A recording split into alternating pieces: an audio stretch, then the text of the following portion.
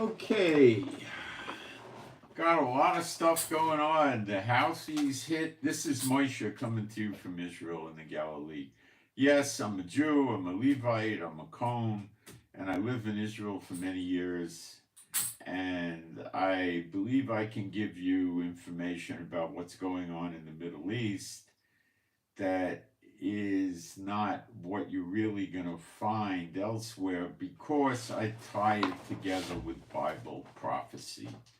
And that's what you're not getting elsewhere. But anyway, the Houthis tried to attack American warships, specifically the Truman aircraft carrier and their escort vessels, 4 times in 72 hours, and America keeps attacking Yemen.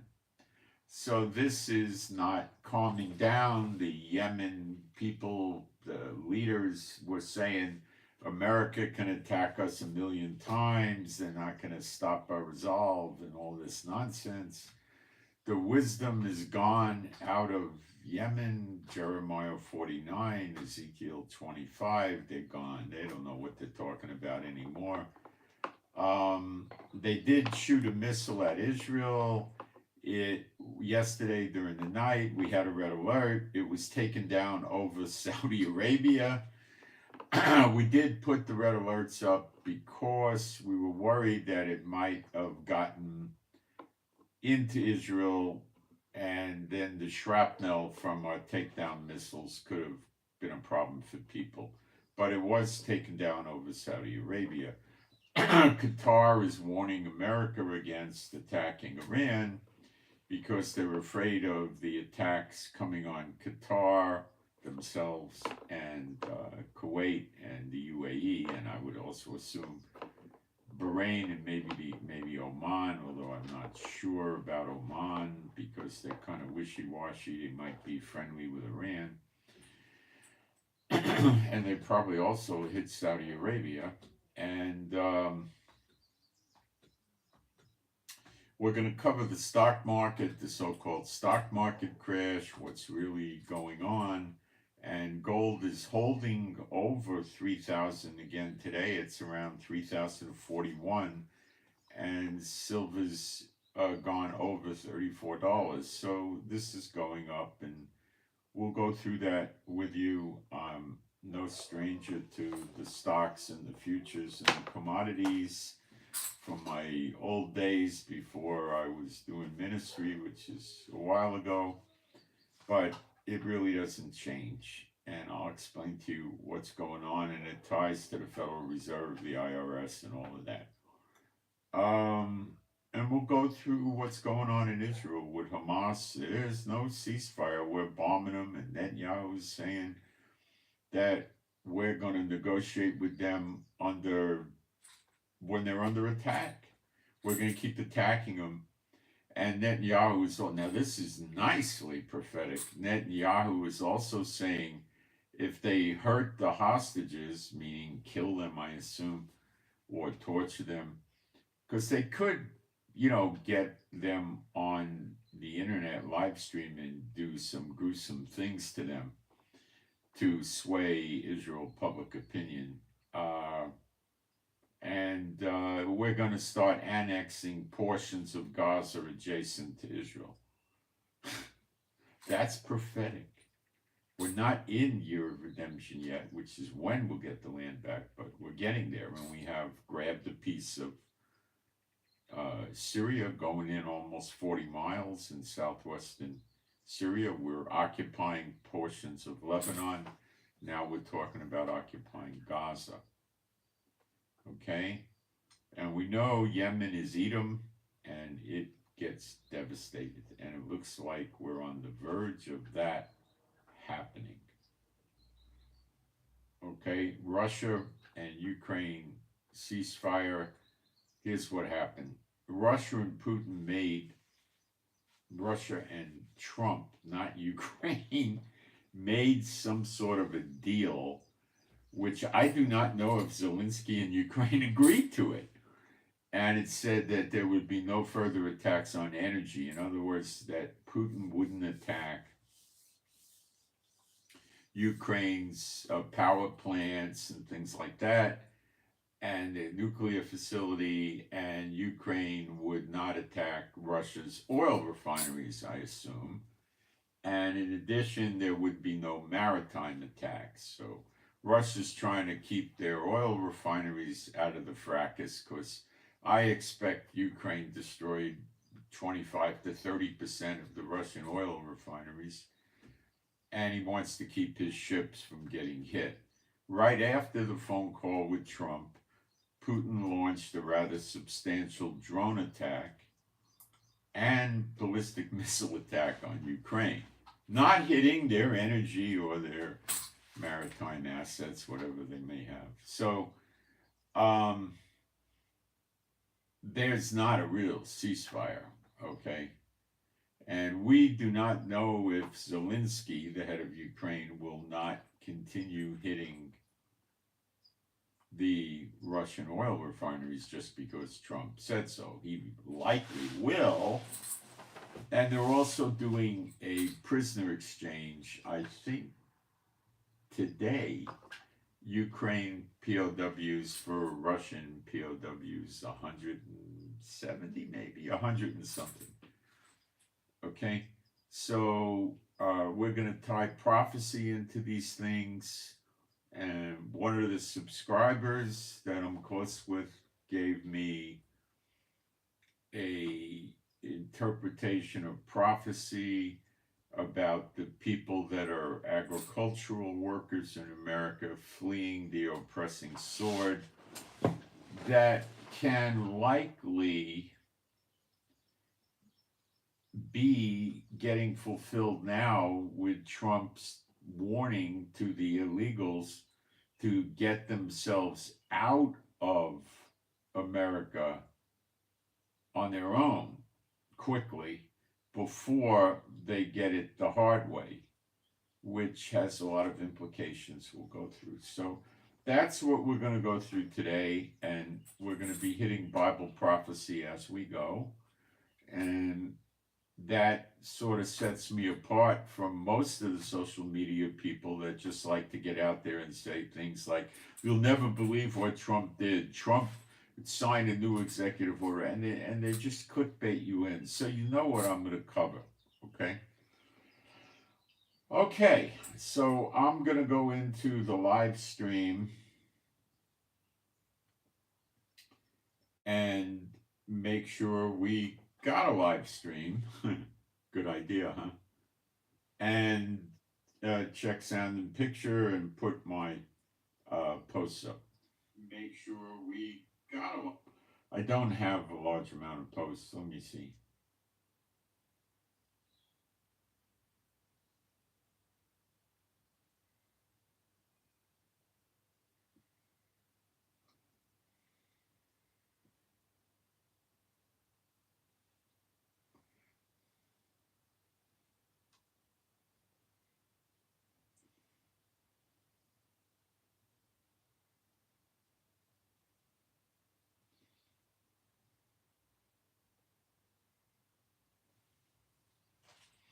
I don't know if Ukraine is really bad. Uh, Remember, Putin attacked Ukraine, and I mean, they're both not good, you know?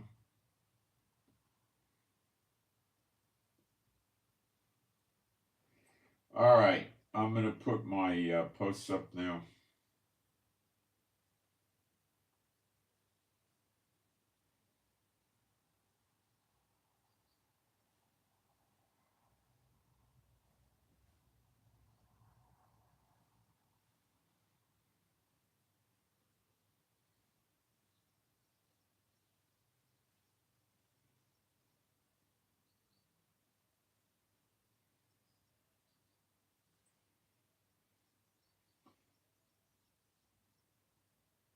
I'm almost done.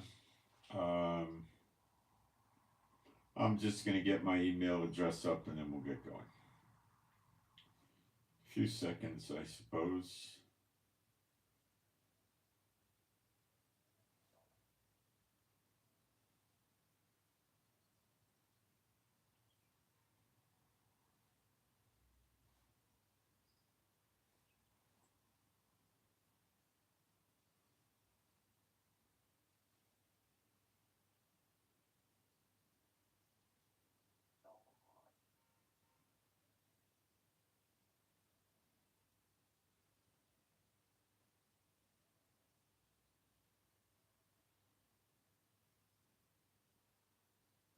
Okay, got everything up. Now I'm going to do some praise and we'll go.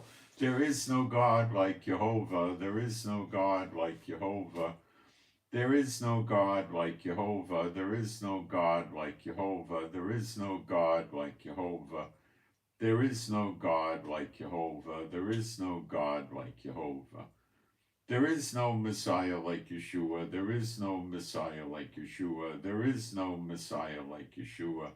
There is no Messiah like Yeshua. There is no Messiah like Yeshua.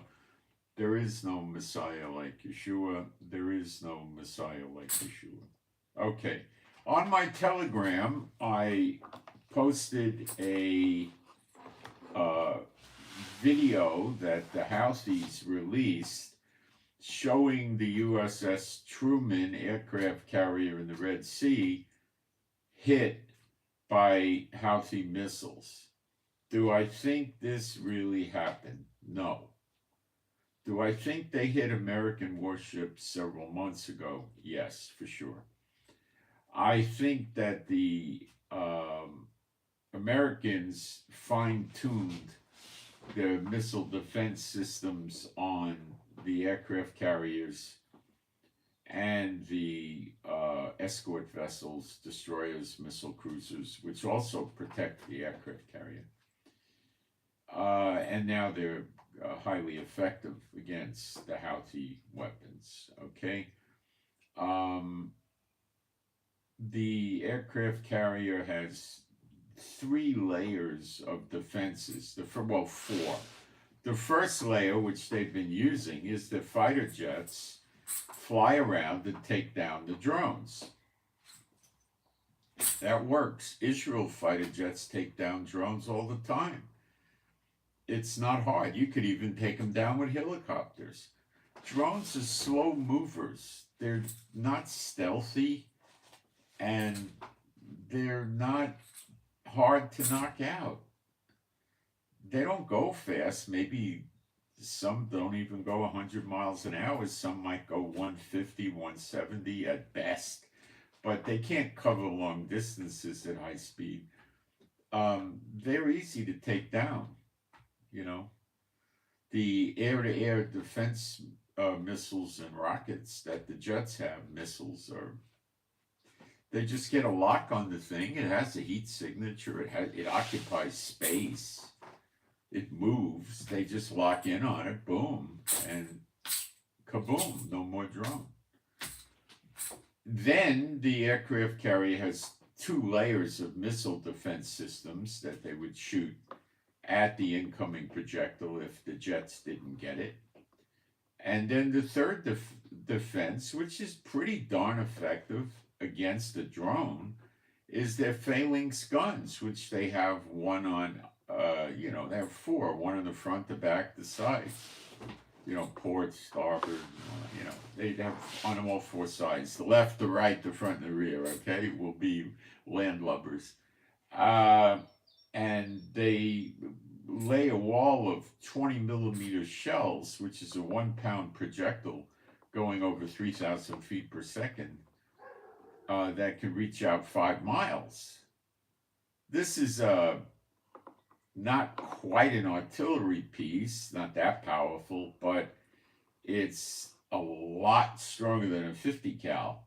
They're pretty darn lethal. One of these shells will bust the drone up, and they spray hundreds and hundreds of them. They don't have an ammo supply shortage problem on an aircraft carrier. Okay, they could fire, 300-400 rounds at one drone if they had to. Okay, then if these 4 layers failed, they might get a hit on the aircraft carrier. But that doesn't even take into account what the escort vessels are shooting at it. So they're not hitting the boats, in my opinion. They did in the past. I think the systems were fine-tuned, and that's that. Okay, I don't believe they're hitting the aircraft carrier or the escort vessels. The Americans are laughing at them and saying they're missing by 100 miles. Okay, a ballistic missile is another issue. They don't go slow. They go quite fast. Fighter jets could take them down, but the missile defense systems from the escort vessels and from the ships itself, from the aircraft carrier itself, would probably be what would be used. So,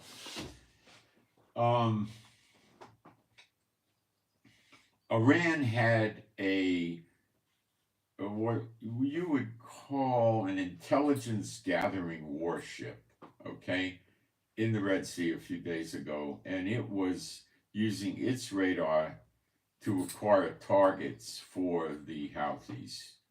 So the Houthis, in putting it in baby talk, they would coordinate with the Iranian warship and get a lock from them on the missile, and then they would launch and the Iranian ship would help direct the missile to the target. So the Americans blew up and sank one of these Iranian intelligence ships. They have more in the Red Sea.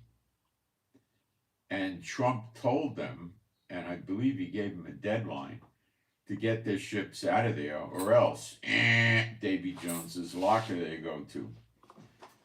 So can the Americans sink those Iranian intelligence gathering ships?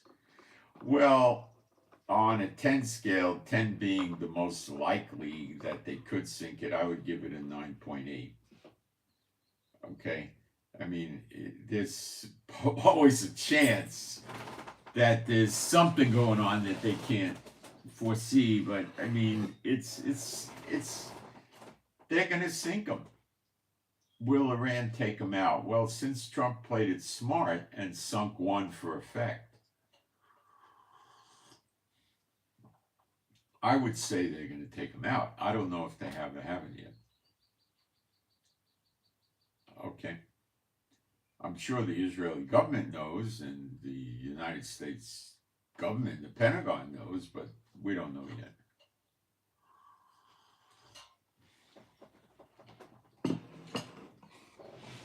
And Trump is definitely zeroing in on Iran for an attack, and the Trump administration said that Iran will be held liable with dire consequences for every shot they fire at American warships, and I assume American bases, and I assume Israel. So they did shoot a ballistic missile at us last night, which is an escalation. And Netanyahu will not just load up 8 F-35s and go over there and bomb him. He's going to coordinate with Trump. And it's probably going to be like, hey, Donald, it's Benji. What are we going to do with these crazy Houthis? They're shooting missiles at me again. Yeah, I know, Benji. I don't know. What do you want to do? You want to attack them with me by yourself? You want me to do it? What do you want? I don't know, Donald. What are you going to do? He says, I'll go talk to the Pentagon and we'll see what they come up with. I'll let you know. But we're definitely going to do something about it. That's probably an ad hoc way the conversation went, So, are we going to see an escalation? Yeah. But you see, what you're dealing with the Trump is not what you had with 12 years of that schmuck Biden and that schmuck Obama. These are stupid people, okay?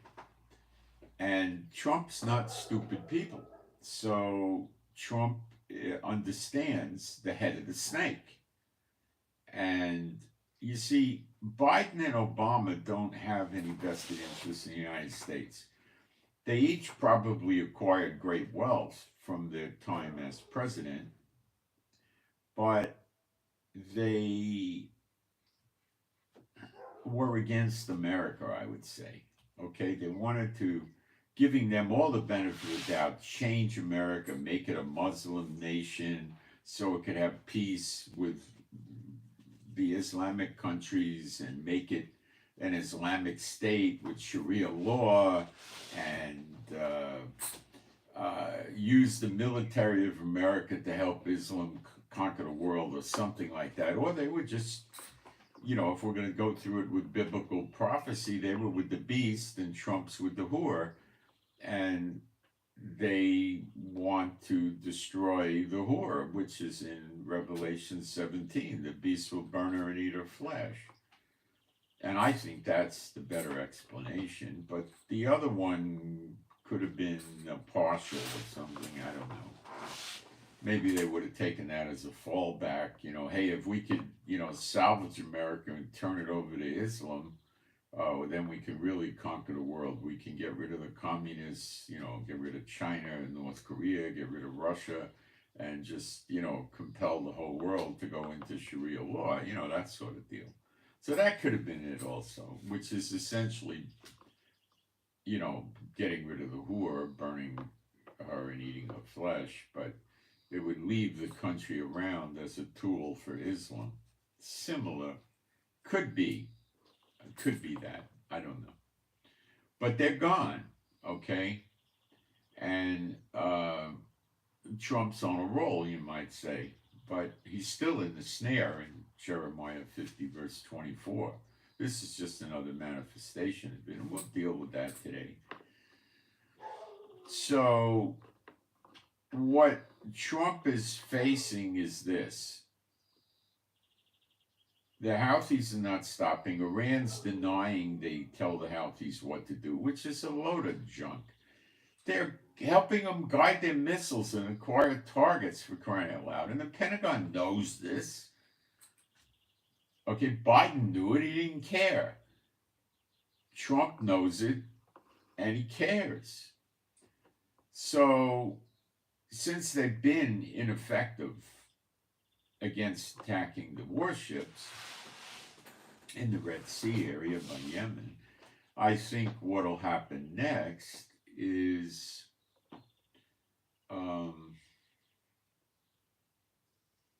continued airstrikes on the Houthis in Yemen and more preparations to control Iran, who since activated their missiles and put them on the ready. The last day, maybe, last 36 hours, something like that. I do not believe they have any capability any longer to launch missiles at Israel from Iran because their radars have been taken out. And these are not the radars on a ship that can go 200 or 300 miles. They need to go better than, at least 1,000 miles. And that's a great big radar thing, That's going to require a huge amount of electricity, which I do not believe a warship can summon up. Maybe a nuclear warship possibly could get that much power, but they don't put, in a 100-foot radar on a warship. Okay? That's not the purpose of a warship. They would fly an AWAC plane off the aircraft carrier and it would reach out that far. Or they would send jets to, how long does it take a jet, even if it's not going at the sound barrier, over sound barrier, which is 750 miles an hour. Let's say it goes at 700. So in an hour, it could go 700 miles without breaking the sound barrier. And then its radar probably goes another 200 or 300 miles, or maybe 100, I don't know. So it could reach 1,000 miles. So they don't put these, you've probably seen great big radars. They could be 150 feet. They're like a dome. They're like a half dome, They spin around and they take massive amounts of power.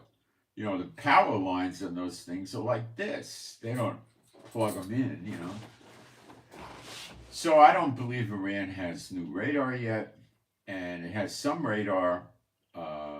It has mobile missile launchers, which have radar, but this is short-range radar. So what I think is the fear now that America is dealing with is based on what the spokesman for the country Qatar, or Qatar, whatever you want to call it, said in a public announcement, which I just want to check the live stream and then I'll tell you what they said on the uh,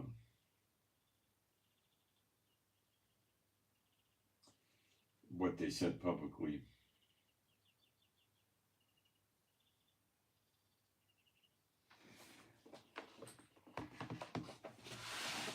That it would be a mistake for Trump to hit Iran's nuclear facilities.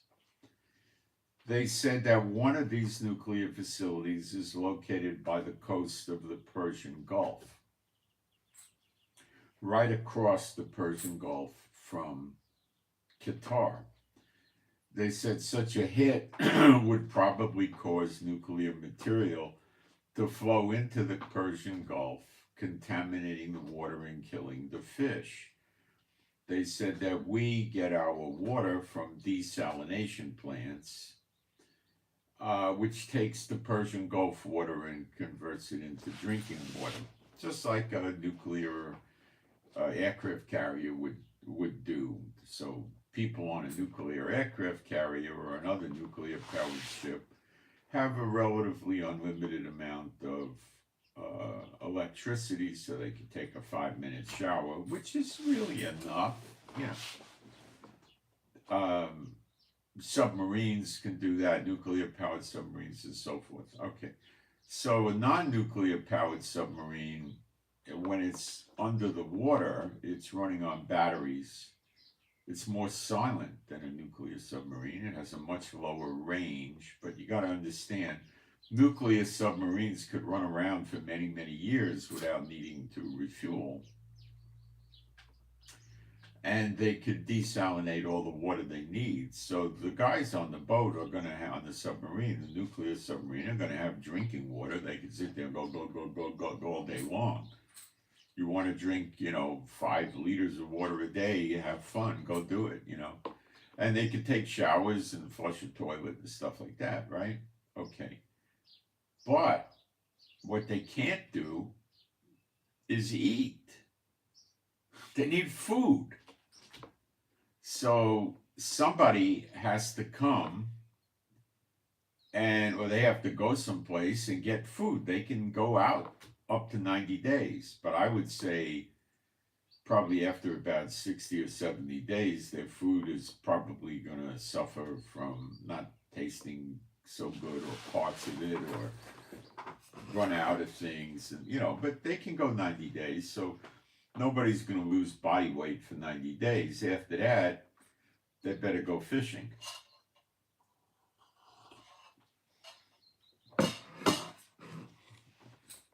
So how does a submarine get food? Well, there's basically 3 ways. One way is they meet a supply ship in the ocean someplace, and they transfer over to the submarine, maybe using a helicopter or cables or boats to shuffle it over, whatever, pallets of food. Now they take the food, they bring it inside the boat, and put it in the refrigeration freezers in the boat, and they got food again. And they usually get parts and other things they might need, uniforms, medical, light bulbs, whatever. And maybe they need missiles, torpedoes, whatever they need. What's the other way to do it? Well, they dock up at a pier someplace at a friendly country, and they can take on food and medical and parts there that the Americans fly in to that base to be there when the submarine shows up. The third way they could do it is something they rarely would do, but in an emergency they would probably do it, and that would be to parachute down pallets of food to land near the submarine, and then the submarine would have to use probably inflatables or another type of boat they carry, and go out to where the food landed, and put a line on it and drag it back to the submarine and load it onto the boat. So that But when you're talking about a diesel submarine, which Israel just uses diesels because they're so stealthy, um, and cheaper and smaller, so you have a less of a target area, you know. And if we need to, get fuel, we would meet a ship that could refuel us in the ocean. They'd run hoses into the sub and fill it up with diesel fuel, and that would be that. Okay. Also, we could take on food stores and parts and torpedoes and missiles, whatever needed, right? So that's what Israel does, and America has a lot of nuclear boats. But anyway, remember this. With all the warships running around in the Persian Gulf, it is seriously unlikely that America does not have submarines, probably 2 or more, maybe 4 even, floating around in the area here to protect the Navy vessels from other submarines. Okay? And these Navy vessels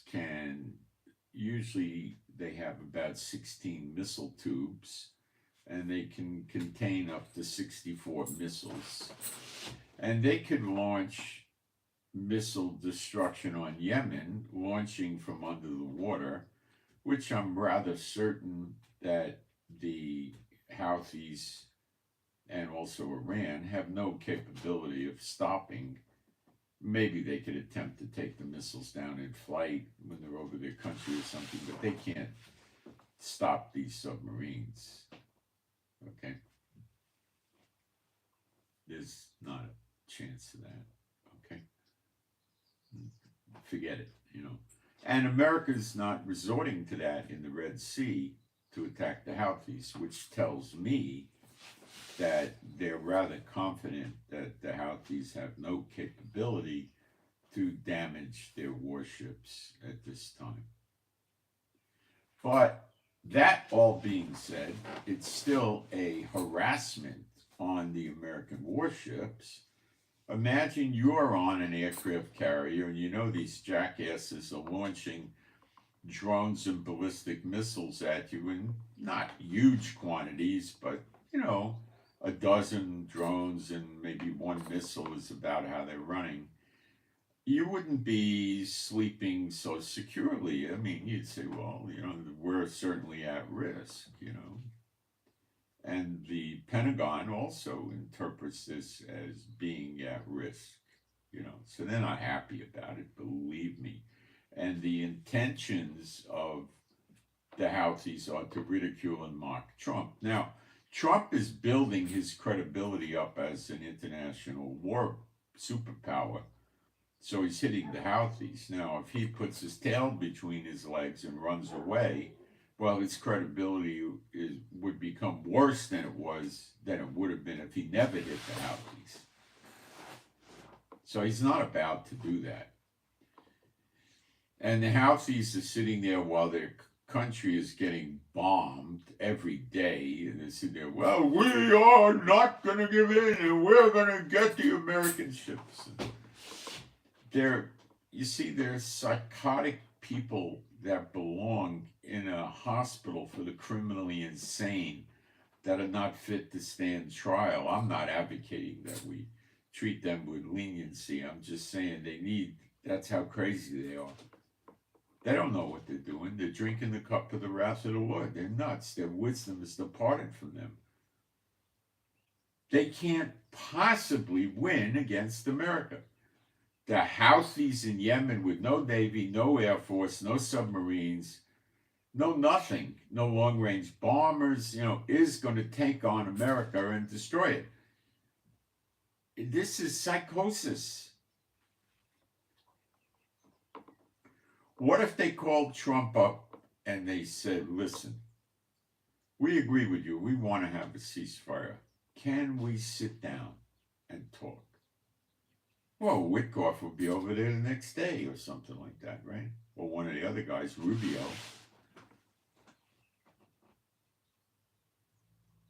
The next day or 2 days later, they'd be there. Would they pound out a deal? Well, if the Houthis were realistic, not like Hamas, they would pound out a deal. They're crazy. You got to get this down. You're dealing with the insane. You must understand this or you'll never get the Middle East. Okay? Hamas is insane. Hezbollah is insane. HTS in Syria, they're insane too. They're running Syria. They're annihilating the Alawites publicly. There's videos all over the internet of them getting shot in the street after they make them get on all fours and bark like dogs, and they ride on them and hit them with big sticks, not little sticks, big sticks, like 3-foot sticks that are like that thick.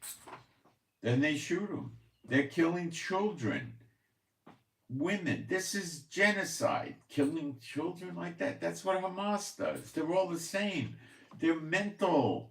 They're crazy. Okay?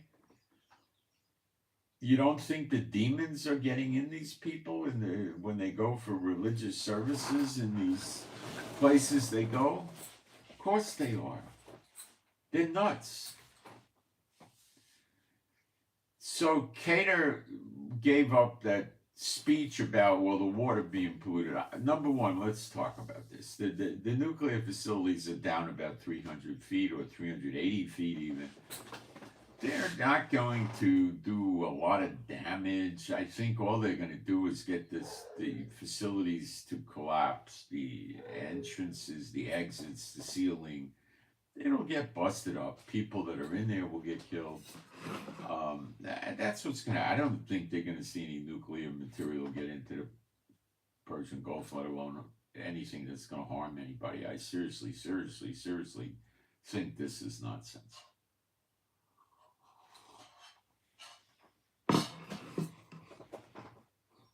But what he did say is that it would be a danger to Kuwait, Qatar, and the UAE. He left Bahrain out of it. I don't know why. Bahrain is a big Navy base for the United States in the Persian Gulf.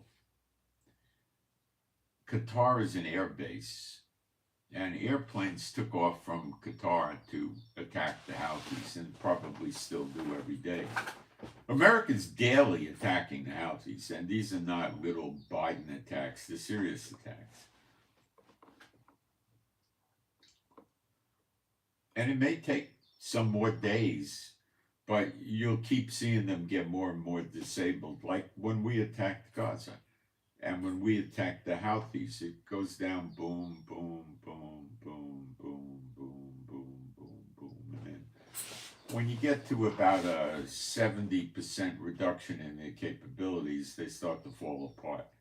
Now, America is doing targeted assassinations with it as well, which, you know, they hit 6 houses that these leaders of the Houthis were living in. And that also reduces their effectiveness. Then when you hit about 80%, it's over. 70% you see a serious, well, even at 50% you start noticing it. But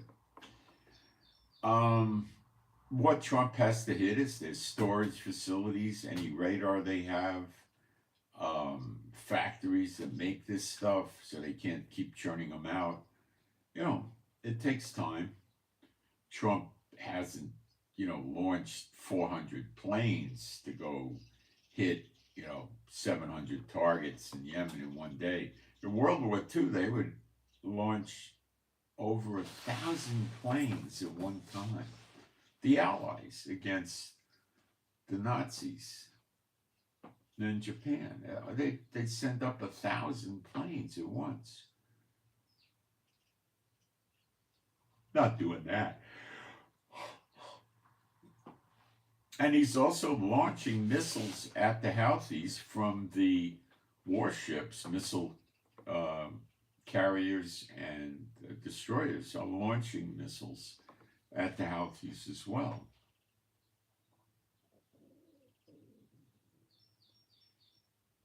So why are they worried about Qatar, Kuwait, and the UAE?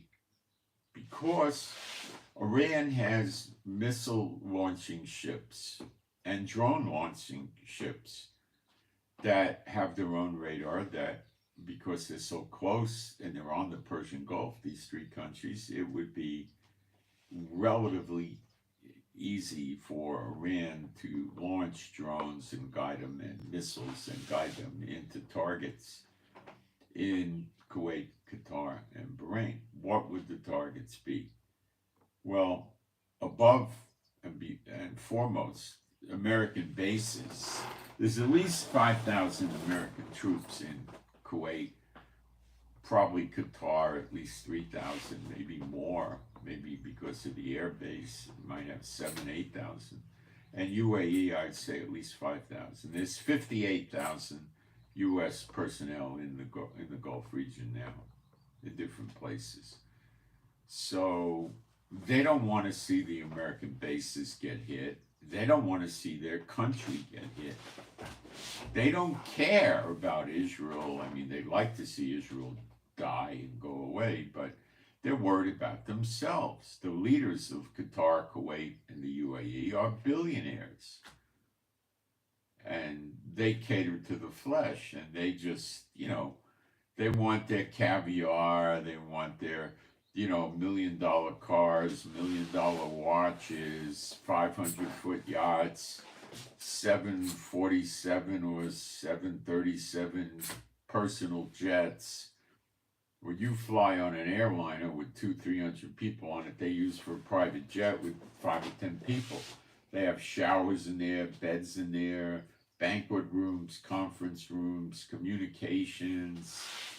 And if the government owns the plane, in other words, the dictator of the country puts it in the government, database, it can carry weapons because it belongs to the military. So it can have lasers, and it could have anti-missile missiles and stuff like that.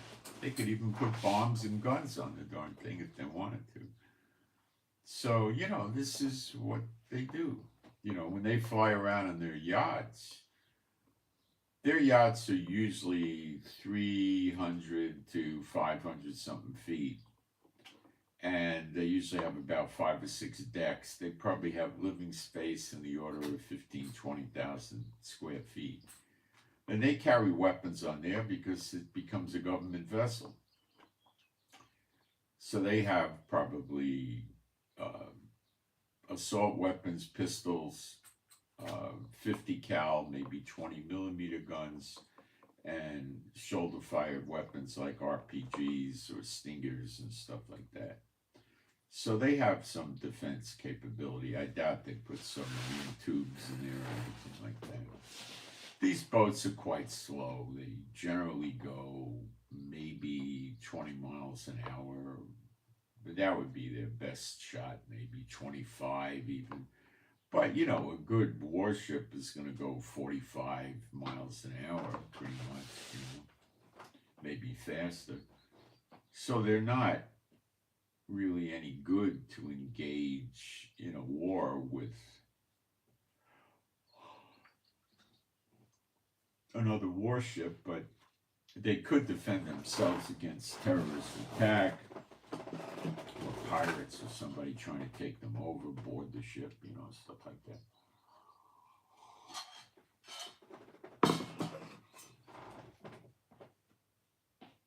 So they're nervous. They don't want to get bombed by Iran or attacked by Iran.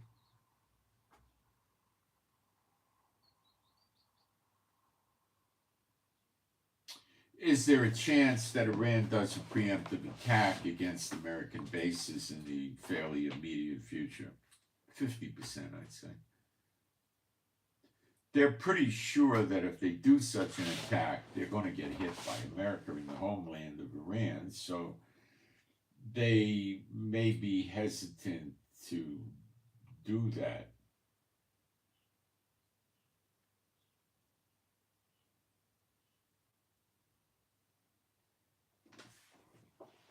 Okay.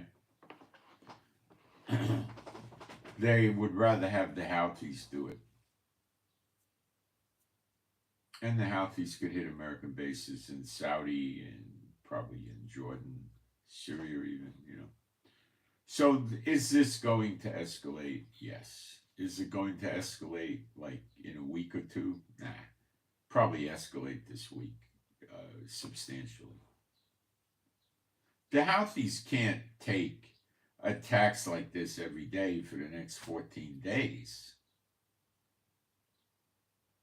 They know that. They have to get it kicked into gear and try to get a deterrent going against America. But I don't think they have a chance. And prophecy supports it. It's going to be a devastating country, and they're going to get killed and leave the country. There's going to be nothing left of it. Then it'll be Iran's turn. Trump is deactivating the Houthis first for the sake of Israel and other American allied countries in the region. So they want the Houthis nullified. Then it becomes Iran's turn. Now, Iran talks tough with a big mouth when they had Hamas, Hezbollah, Syria, the Houthis, and Iraq, because they wouldn't do the fighting because they didn't want to see the fighting on their homeland.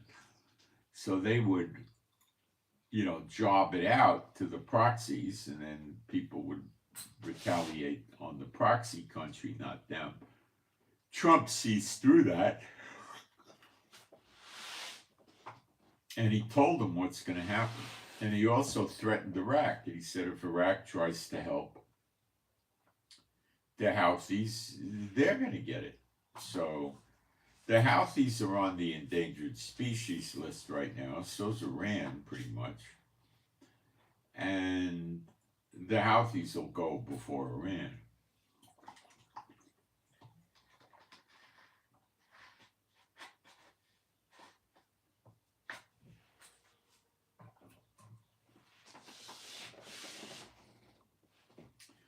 When does it look like the Houthis will go? Likely in the month of March, with this month. Trump ain't stopping. Trump deployed a destroyer by the border with Mexico to protect the shores. So I think that Trump's getting a little worried about the cartels doing something with small boats coming into America, something like that, using the beaches. Now, I'm sure there's also Coast Guard vessels patrolling, which are armed, but nothing like a destroyer. Now, these cartels have, let's call them crappy submarines that go slightly under the surface, maybe, 3-4 feet or something, So you can't visually spot them. So I think he's going to use the destroyers to take these boats out with more sophisticated missiles, which could be a missile that flies in the air over the drone's location and then gets a lock and crashes into the water. And these things are only 2, 3, 4 feet under the surface. Kaboom! No more submarine, dead cartel people, and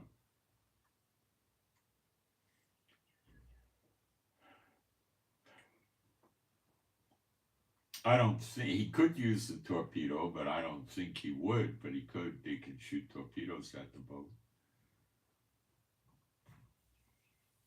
They could also ram the boat with a destroyer that would break the sub up.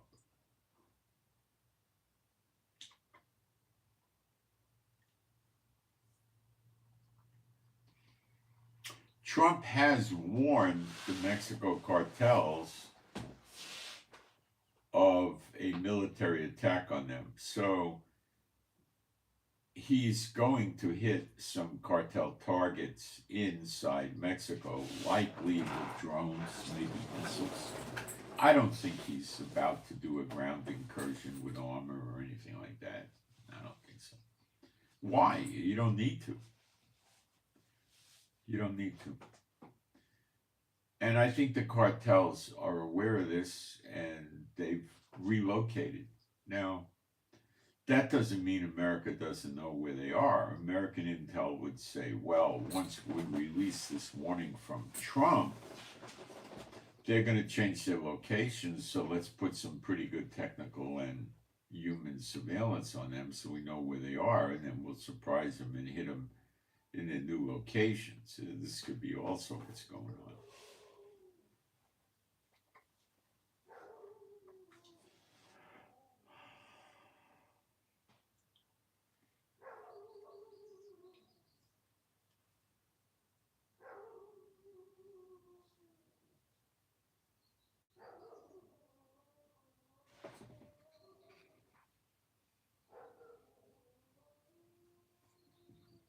Well, I had an experience this morning with mommy dog. Somebody was here last night, and they were going out. I told them, make sure you lock the gate, and they said sure, and they didn't lock the gate. The gate was open, and I let mommy dog out in the mornings, thinking they were diligent and shut the gate, and they didn't. And mommy dog went out and went on patrol around the neighborhood for about 45 minutes until she decided to come home. I just left things open for her to come back in, and she showed back up, no worse for wear. But it was a good stress on me and Rivka. Gotta have to, be real careful about that.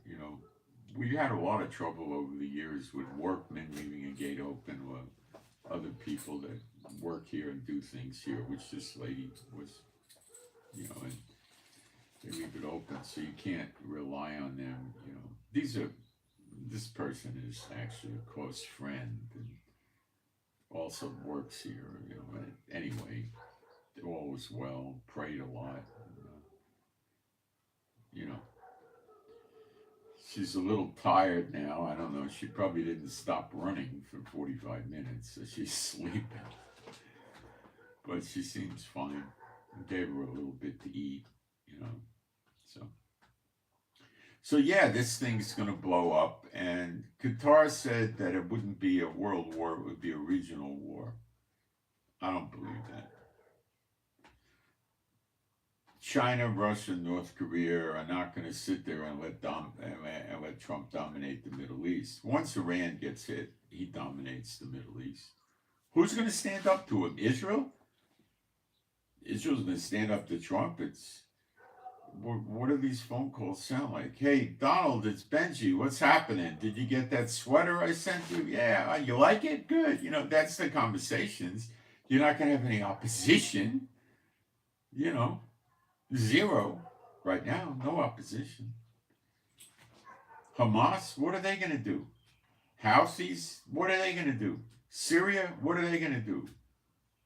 Egypt, what are they going to do? Egypt's now bellyaching. They're losing, I think, $80 million a month in revenue from the Red Sea. They're publicly, Al-Sisi, the guy that runs Syria, is publicly proclaiming that now. So what does that mean? That means he is against the Houthis. Okay? Because they're the ones that are pinching off his revenue from the Red Sea. Egypt is not a wealthy country. The Satan bots in Egypt, of course, are wealthy, but the people in general are not. I imagine if you went into small suburban areas in Egypt, you probably could get a house on a small patch of land for $5 or $10 or $15,000. Not in Cairo, in small, lesser areas, But people are not wealthy people in Egypt. It's a huge poverty class, which is common with all the Muslim majority nations. There's massive poverty. And the people running the country are Satan bots. They don't believe this stuff. They just preach it to the people that follow it. They're not Islamic. They're Satan bots. They just say they're Islamic. Like the leaders of America, every one of them says he's a Christian. Yeah. Where's the good fruit? Go look for it.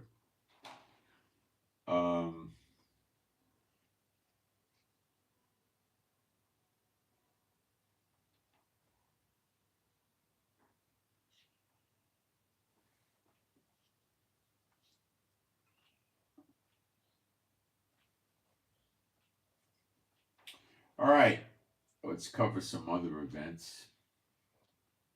Oh, I have some prayer requests first. KG, Kilo Girl, KG, Kilo Girl, KG. Healing for breast pain for KG, healing for breast pain.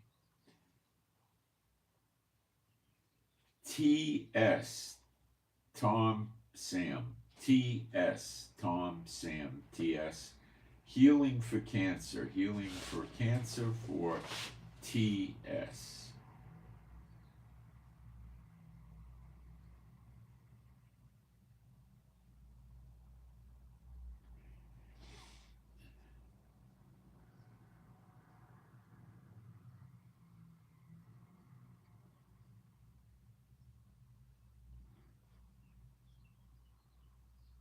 The Doge, DOGE report. Okay, you're hearing all these people on the social media saying, oh, there's going to be a stimulus check of, $2,000, $4,000, $5,000, $7,000. Okay, the Doge site actually quotes or puts up stimulus check money. And the figure that I picked up was from somebody. I didn't actually go to the site, but it's a very reliable source. Was $715 check is what they're planning on. And right after they did that, they found another $130 billion stolen. And what it appears is the Congress is definitely behind the stimulus check. Because remember, that's going to offset any loss of business due to the tariffs, the tariff war. So, they're wanting to hold back on issuing the stimulus checks until they could recover more money and then make it a larger check. So I don't know how long they're going to hold off. I think there's a sense of urgency to get it out there in March. So they're at $715. So they might have made it up to $800 or $850 or something. I think they would probably like to see it go out at $2,000, and that might take them 2 or 3 months, which prophetically means we'll probably never ever see it. But on the other hand, they might want to send one out in March, close of the first quarter. And even if it's just $800 or $900 or something like that, others are saying they want to recover funds that were taken away. So it's one thing to cut off the continued flow of the money, like these people that are 150, 200 years old in the hundreds of thousands collecting Social Security.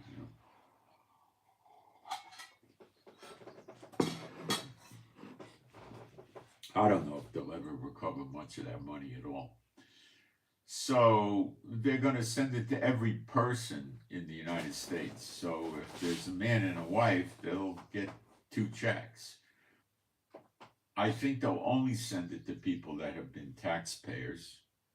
They're definitely not going to send it to minors. They're not going to send it to illegals, And they'll send it to every Social Security recipient. So even if it comes out at $1,000 a person, that's going to be a tremendous boost to the economy. Short-lived, but a real shot in the arm. You'd be surprised what that could do. Because people are going to, by and large, spend it. Only the wealthier people are going to say, oh, well, they put $1,000 in my bank, whoopee-doo, and just go about their life without taking it into account. But the other people, that it will be meaningful for them because they could play catch up to some extent with $1,000. They could replace their phone, for instance, right? Get their car tags paid for, get the safety smog inspection. They could get caught up on a utility bill or 2 or something like that, or maybe a house payment, or a car payment, or buy a birthday present for the kids or something. The money is, by and large, going to get spent, and that's going to be a major major shot in the arm for a good thing for the economy. Don't kid yourself. You know, if let's say, well, you got 350 million people, I don't know, let's say they give it to, I don't know, just pick a number, I don't know how accurate, I'd be 90 million people, right? So I'll run the calculator here.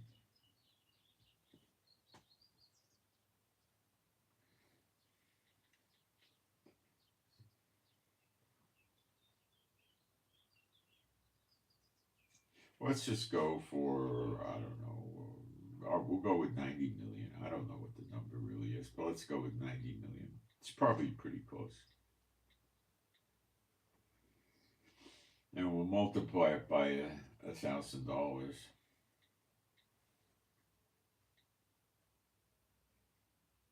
That's $90 billion. That's going to get spent within probably 10 or 15 days of when they mail it out or put it in their banks. And what's that going to hit? It's going to hit everybody. It's going to hit the retailers.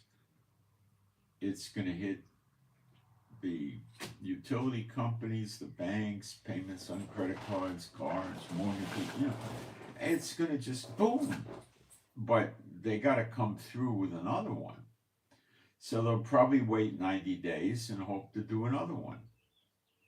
You know, but it'll work. Now we need to talk about the stock market, which went down, I think, 2.8% or something like that, and people are freaking out. Okay. Can there be a stock market crash in America? Not like that, but something that goes like 27% or 38%. Yeah, there can be. Would it be catastrophic to America? Yes and yeah, but it wouldn't be that catastrophic. Okay, what kind of things would you see? Well, you'd see various stock issues have suspended trading as they start plummeting. Look, when I was in graduate school getting my MBA, I took a course on stocks and bonds, okay? And let me explain something. These things don't change over time very much or at all. The computerization and trading by computers, that's changed, but let's discuss it.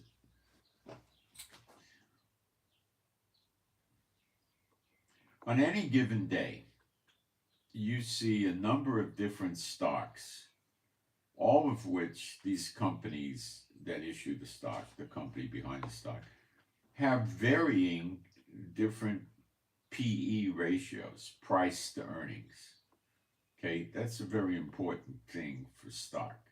I even worked as a summer job in college on the floor of the New York Stock Exchange as a kid, as a page, a runner.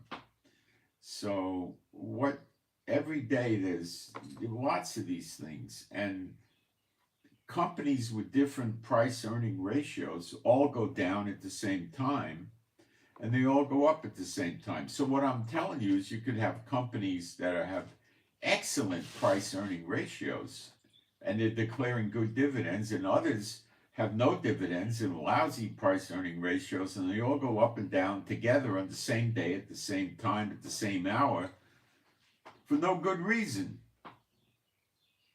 You understand that? These Satan bots don't set systems up that they can't control, i.e. fix or rig. They don't have them, okay? They won't do it, okay? So,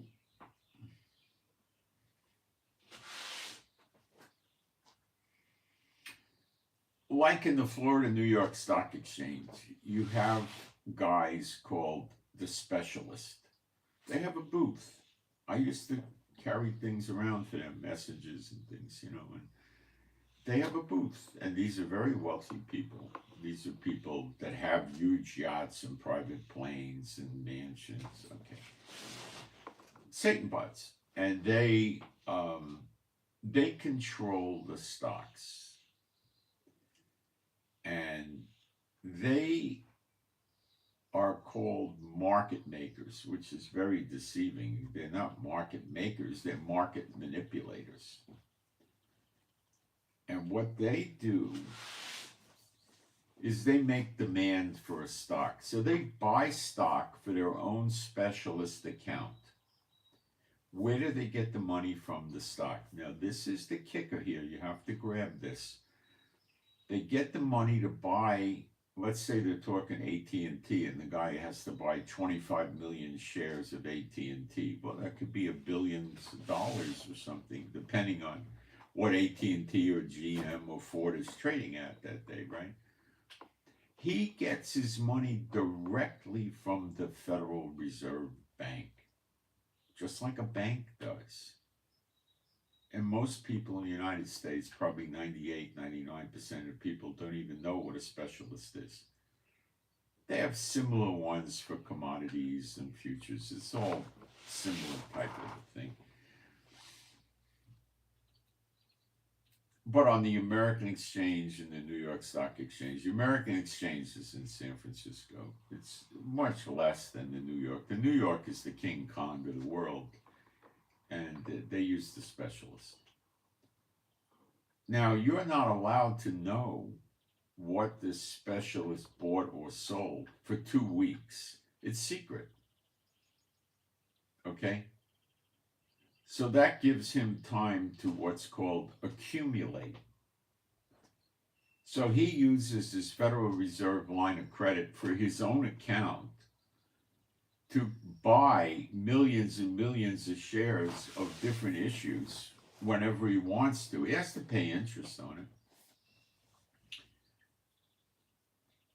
So he acquires the stock and then runs the price of the stock up by creating demand for acquiring, and then people start looking at it and they say, oh, this stock's going up, and they start buying that stock, and then he starts selling it to them at a profit, and the percentage points that he makes far exceed anything he pays in interest because the money's only there for days.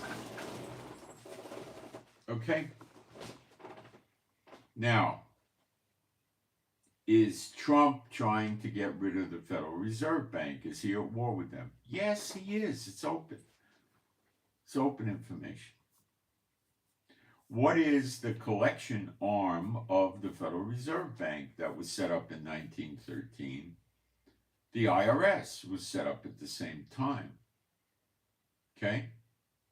Is Trump getting rid of the IRS? Yes. Did Trump just say people that make under $150,000 a year are not going to have to pay income tax? Yes. What is that doing to the Federal Reserve? It's making them go, "Arr!" Okay? They want to get rid of Trump. How can they get rid of Trump? Well, crash the stock market. How can they crash the stock market? If they cut off the flow of money to the specialists, let's say the specialist has to support, Ford Motor Company, right? And he needs $3 or $4 billion to buy a lot of shares to keep the price from dropping.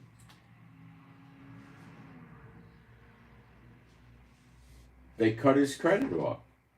More likely, they just tell him, hey, we're not friends of Trump, and we're going to rock the economy here to get rid of this idiot Trump. We'll try to impeach him or something, So they'll just cooperate. But if they don't cooperate, they just pinch their money supply.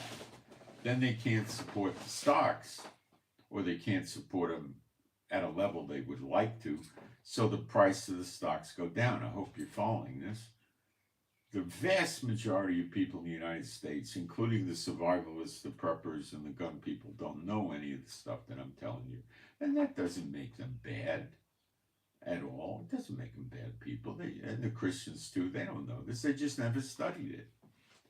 Okay? So the price of the stocks starts slipping, and that's what's going on now. So you had a 2.8% drop. I think it was probably done on a friendly basis, but maybe not so. And we're not privy to what the specialists did for 2 weeks. There was a guy named Richard Ney. he emerged in the 60s or 70s, and he used to run, I'm pretty sure the guy's dead right now. He used to run a service for people where he sold them a newsletter. I bought his newsletter once, I think in the 80s. That's a long time ago now, right? I'm old. And he would explain to you what in his mind, what the specialists were doing. But we were blind to the actual details. And some of the time, Richard Ney hit it. And people made a lot of money. You see, specialists have tracks that they leave. Okay? Like a specialist at one post on the Forward Exchange might be a specialist for 3 stocks or 8 stocks or something like that. So Richard Ney knew what stocks the specialist was for, and he watched the movement of all the specialist stocks. So he made life difficult for the specialists because they had to be very careful. And this guy worked in the system for years, and then he started this consulting newsletter. So basically what he was doing is charging people, I think this is 45 years ago, like $300 a year for his newsletter, which would probably be like, $1,200–1,500 a year today or something like that. And that would go more even. That was expensive.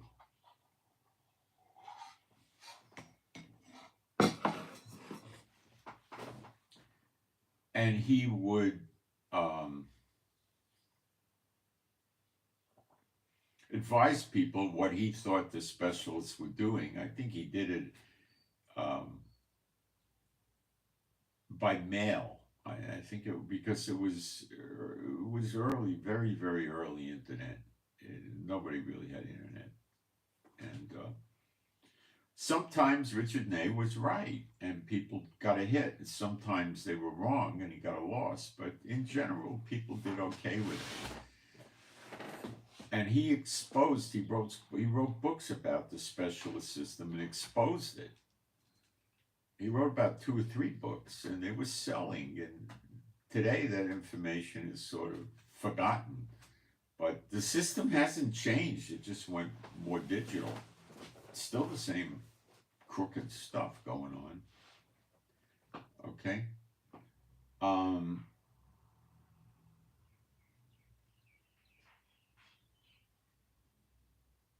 And that's what my interpretation of what's going on is, because Trump's going after them. And what this is going to do is make Trump go after the Federal Reserve harder and faster. They're doing it soft, I think 2.8. What if they do 16%? People go nuts. 16%, even 5%. Okay, mommy, no bark. No house bark. No. Some stupid dog is barking and you got to answer? Come on.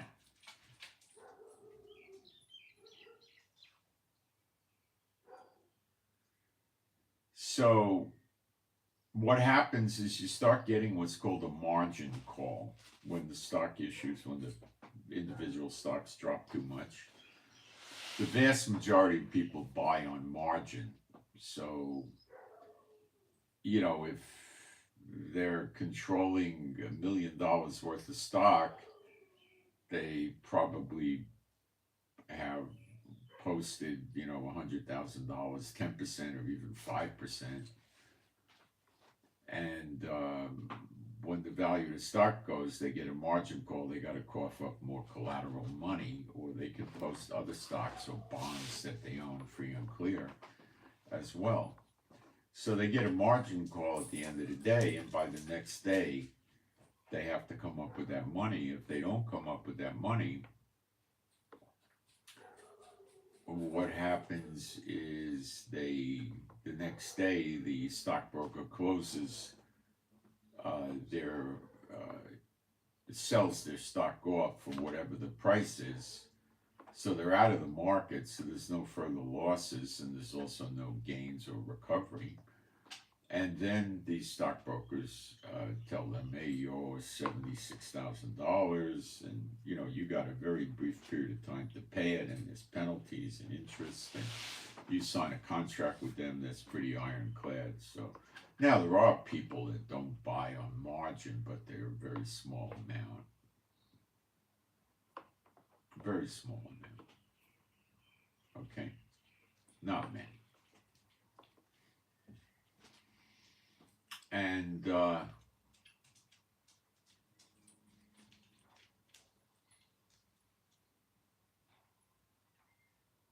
that causes stock prices to go down. I was into trading many, many years ago, and I even had a ticket tape machine. I had my own machine. It was about this big, and it worked on a radio signal, and it would give me it didn't make a tape, it would give me all the prices digitally.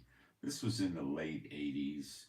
It would give me all the prices constantly all day long. And I remember seeing things. Now, most people never see any of this. And I remember seeing things that were shocking. Like a few seconds before the exchange closed, which I think is 3:30 in the afternoon, I saw the specialist for AT&T sell 25 million shares a few seconds before the market closed. Now, why did he do that? Because he put the transaction out there for the world to see. 25,000 shares of telephone, which is the way they call AT&T. Boom, it went out, 6-10 seconds before the exchange closes. So by the time people see it and react to it, the exchange is closed. Then the next morning, it's a new ball game. Now you have the opening quote. Okay? And it could be completely unrelated to what happened the day before.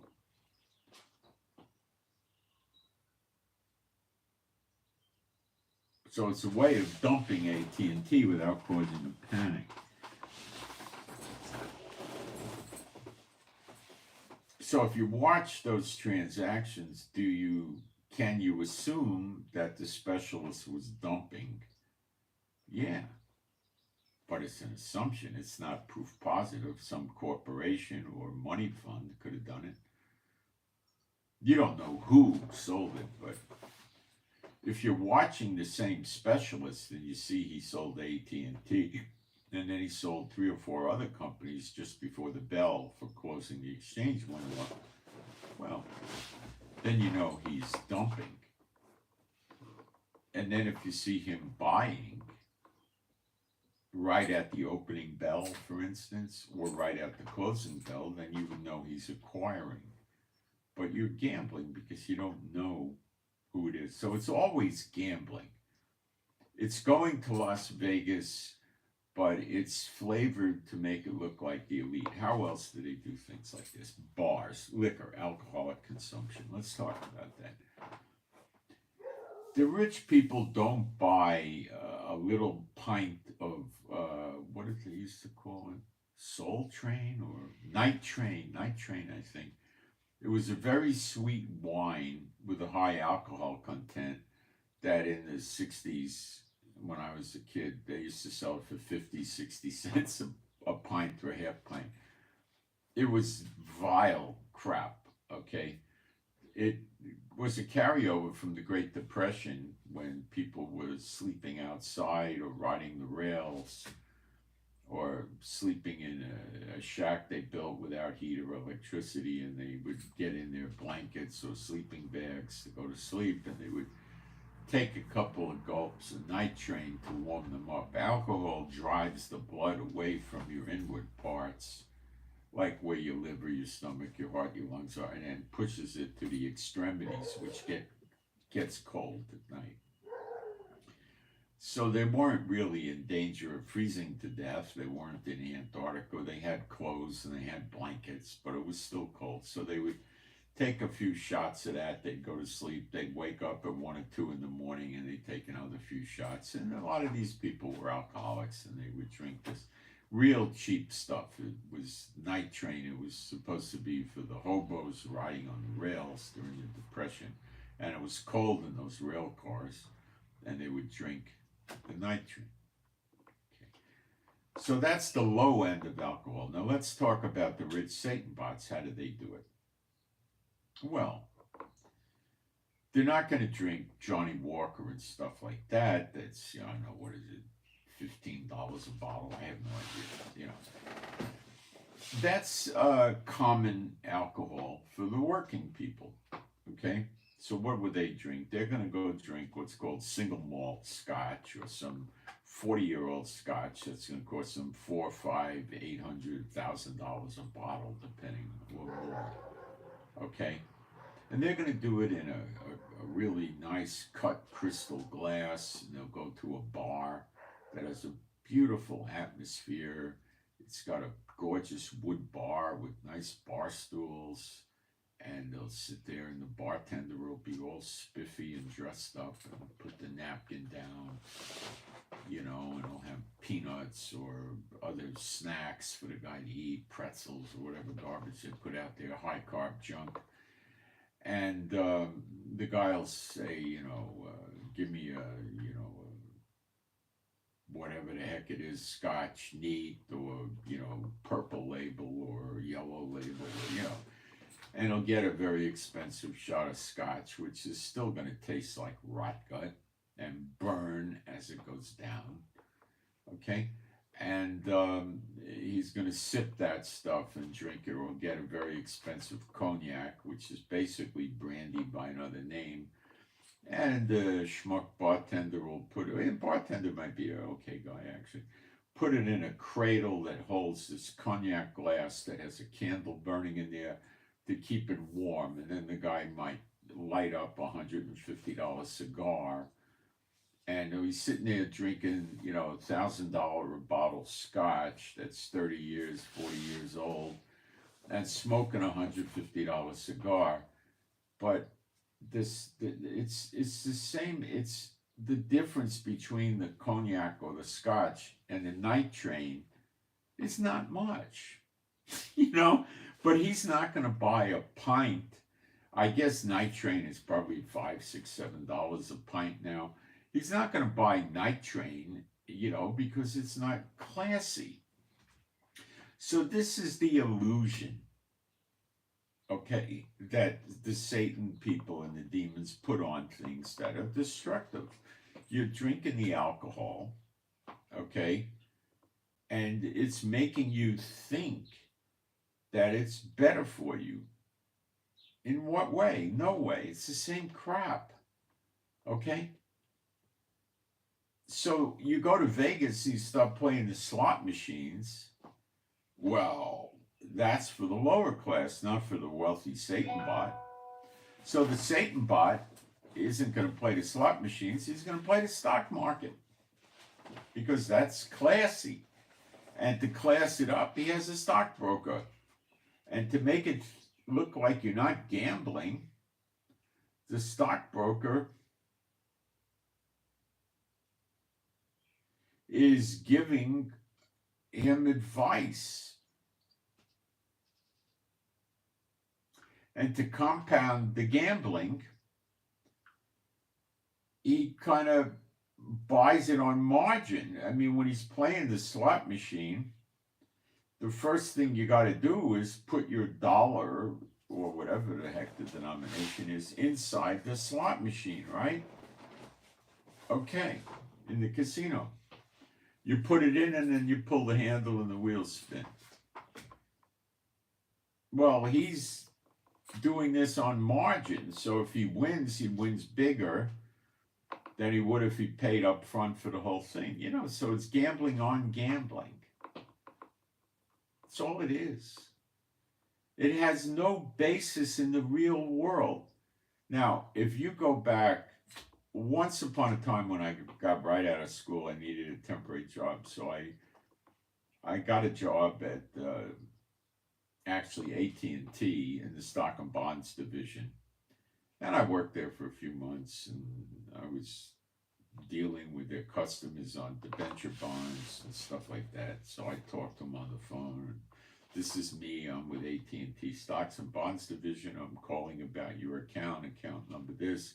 These are your holdings. You have so many shares. Do you understand? I know everything about your account, and I'm really who I say I am. And they'd say, yeah. And then I would advise them on these new developments that AT&T is issuing if they want to take advantage of them and stuff like that, right? So, so I'm not completely ignorant about this stuff, all right? So they would do, so it's all done in a very dignified way, okay? And when you go to Las Vegas, okay, the slot machines, that's for retirees and stuff like that. All right, so say you're going to play blackjack, okay? That is generally still a lower class form of gambling. And you could elevate it if you start going and sitting at the table where the minimum buy-in is, $50 or $100 a hand. It elevates a little bit, but it's still, schlock. It's not high-end gambling like having a stockbroker, Or you could play in Europe or maybe Las Vegas, I don't even know, chemin de fer, which is another level of card gambling that is more advanced and sophisticated, and a lot of people may not understand it. I don't know, So, but it's all gambling. The stock markets, the commodities, the futures is gambling. Bonds, not so much. What's the bonds about? The bonds are people use a stockbroker to investigate who's issuing a bond. Corporations issue bonds, and countries and cities and states issue bonds. And you want to, the lower the risk of the bond, the lower the interest rate paid to you. So people buy bonds to get an interest rate. In other words, they are like the banker. They're loaning money to the corporation or the government entity that issues the bond.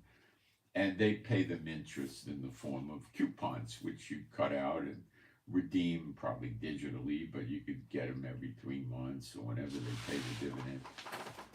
And those are earnings, okay? Price per earnings, PE index, is what is the stock selling for, and what are the dividends likely to be? Or, well, on a bond, I'm sorry, that's a stock. On a bond, there's no PE. It's, you invest 1,000 or 10,000 or 100,000 or $1 million in the bond, and it pays so much interest rate. Now, when people use international brokers and things like, you can buy bonds all over the world. So you can buy bonds from governments in Africa or South America, wherever. And you'd be surprised, a lot of these bonds are not that goofy or risky, and they're paying 7%, 8%, 9%. So the rich people use ethical stockbrokers, if there is such a thing, which I doubt, and they buy bonds from different countries and corporations that pay a nice yield. And they're, they got $100 million, $400 million, and they could sit there clipping out 7% a year. That means for every million, they're making $70,000. If you got 100 of those, you're making a lot of money. They're living on $7 million a year, which is $500,000 a month. Well, they could buy a lot of $1,000 bottles of scotch for that, Then comes wine. These alcoholics get hung up on wine very frequently. And they buy bottles of wine. Could be, they could sell them for $10,000, $20,000, but they'll frequently spend $1,000 to $2,000 or $3,000 for a bottle of wine on a dinner. I was watching a video about a steakhouse in the UAE, Salt Bay, and he has high-end steaks there that sell for $1,500 a steak. Do you understand? That's twice the size of the stipend check, roughly, that they're coming out with now, using today's figures. And these guys will sit down and plunk that out for one steak at lunch. So they're going to go there and they're going to have 2 people. Let's keep it simple. That's $3,000 for the steak. Well, now we got salads, desserts, entrees. So the 3,000 probably went up to about 4,000. Now we got probably 2 bottles of wine, so we're up to $6,000 or $7,000, and that's lunch or dinner for them. Plus a tip. The tip is frequently 25% at that level of service. So there may be even close to $10,000 for a meal. That's how bad the distribution of wealth is in the world today. And that's Satan's doing. Serve me, throw your eternity away so you'll be in the lake of fire, and I'll let you acquire money for a few brief years on earth. Few people in the world understand what I just said. Okay? But that's what the stock market is about. So yeah, it very likely can cause a lot of trouble for Trump and crash. But this is probably a warning, a shot across the bow for Trump, and it's going to cause Trump to make him accelerate getting rid of the IRS and the Federal Reserve and replacing it with a digital currency that America owns and controls. This ties to getting rid of the Federal Reserve. Getting rid of the IRS is step one to getting rid of the Federal Reserve Bank, which is a Ponzi scheme. It is illegal and it should be gone. Okay? They legalized an illegal scam, is what they did with the Federal Reserve, and it should go away. And a lot of survivalists do understand this. So Trump will get rid of them. And why are we not seeing the audit on Fort Knox yet? Maybe there's no gold there. I doubt it. If there was no gold there, Trump never would have brought it up because it would weaken the US dollar. He has people that he sent. I mean, he could send some general, a 2-star or whatever, a 3-star over there on an executive mission to bring a team of 15 or 20 people. How many people does he need? Maybe 6 or 8 to start looking at the gold and analyzing it and testing random bars.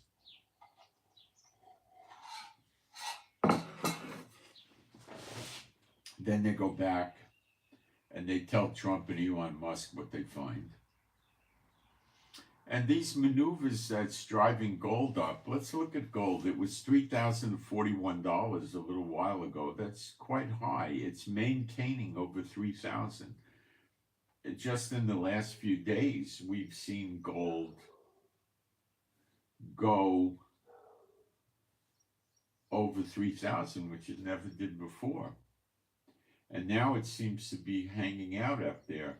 Now it went down a little. Silver plunged. There's somebody really attacking silver. They're fighting silver avidly.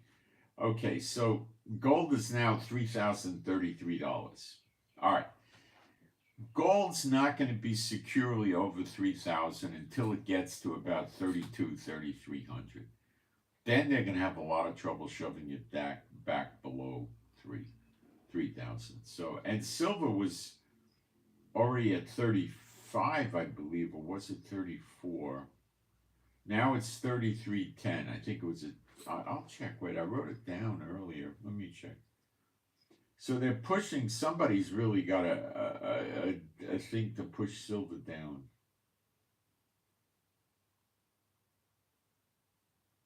No, silver was a little over 34 this morning, so they shoved it down maybe almost by $1. That's a lot. And gold was 3,041. It's down to 3,033. That's petty. So when the attack on Iran happens, or the Houthi thing escalates bigger,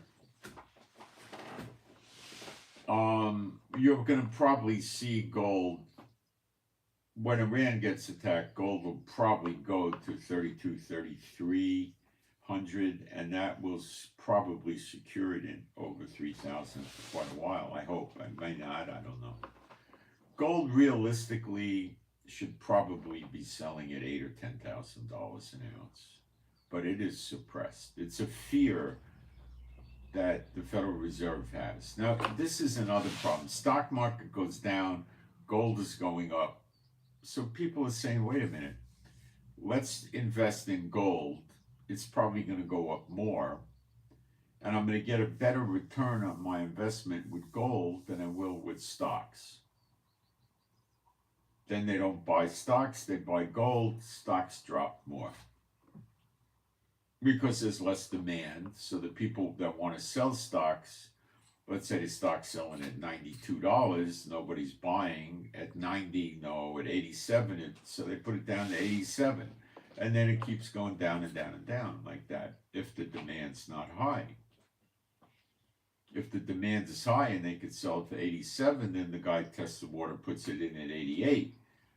And then if it goes at 88, he might have more, and he puts it in at 91, and then you don't know, up it goes. But the specialists come along with their unlimited wealth, line of credit, I should say, from the Federal Reserve, and they make the market. That's why they call them market makers, but they rig the market for their own gain. It's terrible what goes on. And the Federal Reserve is complicit in this. So, you see, Trump, unlike Obama and Biden, who were not real wealthy people like Trump, Trump has a dynasty in the United States and overseas that he wants to protect.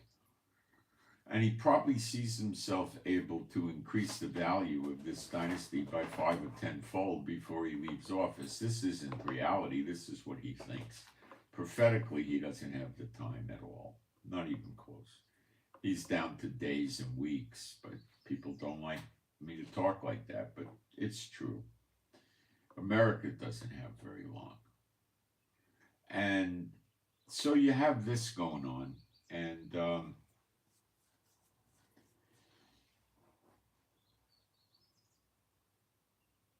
when they do the Fort Knox gold audit, Trump may want to see gold at 4,000 when that happens, or shortly thereafter, because he's going to secure this new digital currency with gold. So the more gold goes up in value, the more strength he puts into the new digital currency. He's going to get rid of paper money. But if he, for the most part, gets rid of the IRS, people aren't going to care. They're going to say, what the heck do I got to worry about? You know, if you get rid of the IRS, people will also start banking overseas. So he has to stop that, if he can. People may not want to go overseas anymore. Why? There's no IRS. Well, they still have problems with civil lawsuits and stuff like that. If you have your money in an overseas bank, it depends where overseas you are. If you have it in China, let's say, and you got $50 million and somebody sues your company for $400 million and they're going after you, and you think it's easy for them to get the money out of your Chinese bank? It's pretty hard.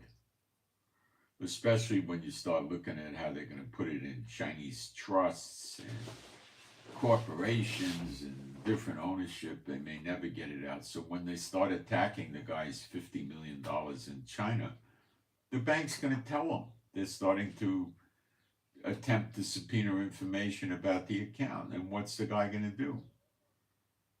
He'll create a new corporation and shift it to the new corporation in the same bank, which takes a second. He hits the transmit button on the computer. Boom, the money goes into that other account. The bank doesn't care.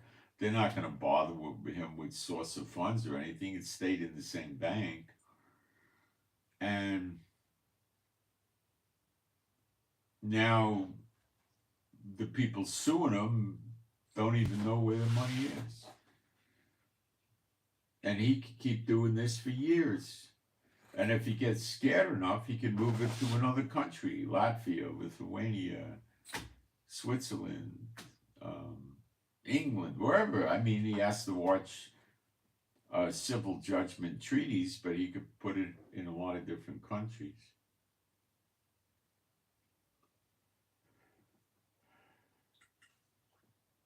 bottom line, are we in danger in America of seeing a stock market crash of great substance? Yes, a big crash, because the Federal Reserve can do that.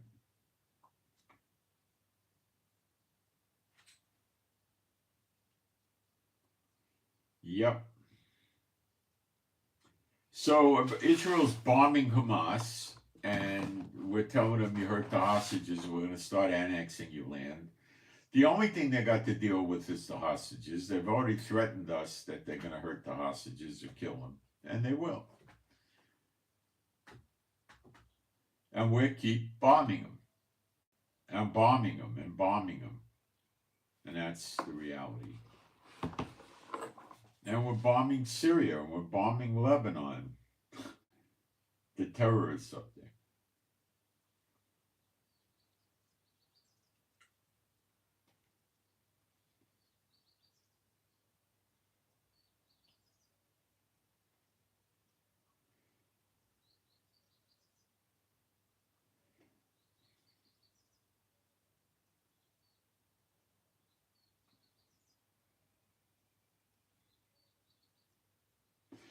Let's go to Jeremiah 50, verse 16, and see if we could apply this to what Trump's doing today. I think it can work. This is about the daughter of Babylon, America. Hold on, I better check the live stream here. Yeah, we're good. How can Trump get rid of the Fed? It's an illegal Ponzi scheme. He just declares it, then he cancels the debt to the Fed. That's all.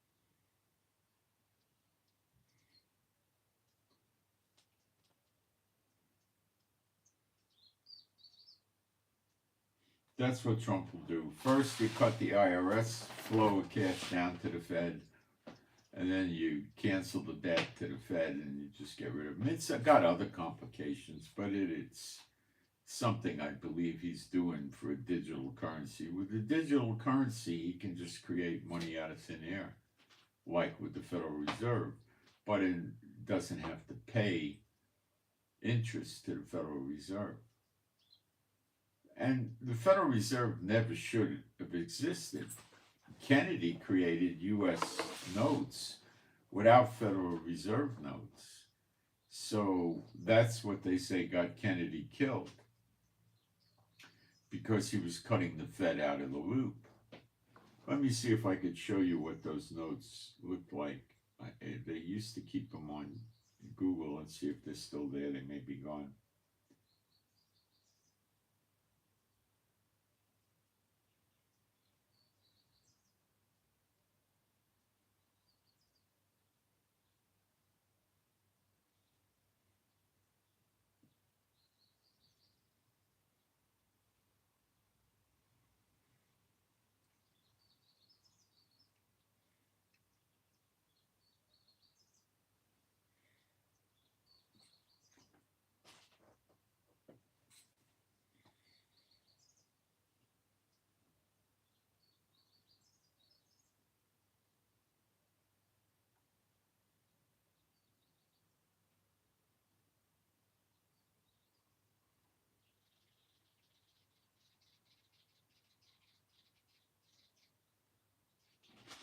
Five months before JFK got killed, he wrote an executive order number, I think it's 11110, so it's 4 1s and a 0, I think. That was the executive order to take the money supply away from the Federal Reserve. No, yeah, it was 4 ones and a 0, 11, 11, 0.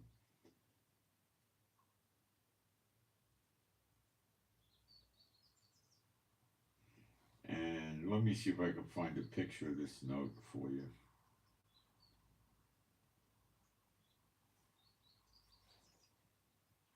A lot of people say that's why JFK got killed, because he did this, but do we know why or who he got killed? No. Trump's releasing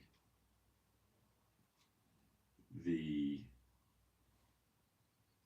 JFK assassination files after they went over them for weeks. I don't know why they took such time doing this.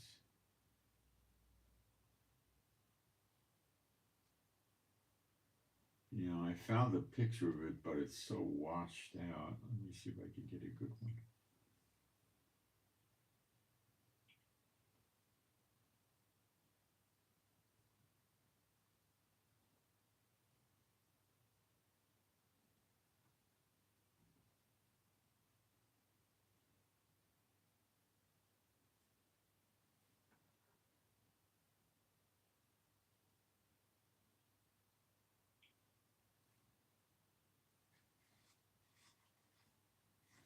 No, that's not it. They exist. I got to get the picture. If they still have them floating around, they may have gotten rid of them. You know, it used to say gold certificate, and then it went to silver certificate, and then it went to just Federal Reserve note, which means it's backed by nothing, which is the case today. So actually, JFK had minted money, paper money, that said it was a U.S. Treasury note. Let's see if we could find that.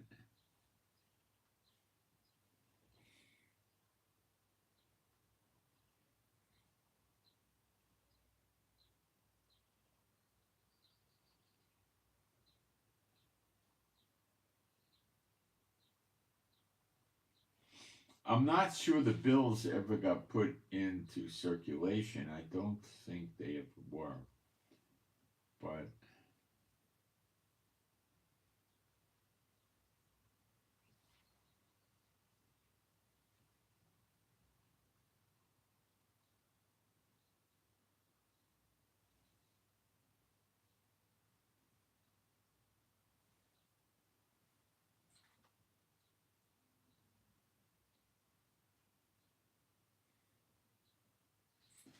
see, this is what the dollar used to look like before you youngins were around. See, it says silver certificate. You could redeem it for 1 ounce of silver, a silver dollar, in other words. That's where it was when I was a kid growing up. So the money was worth something, okay? It's not anymore.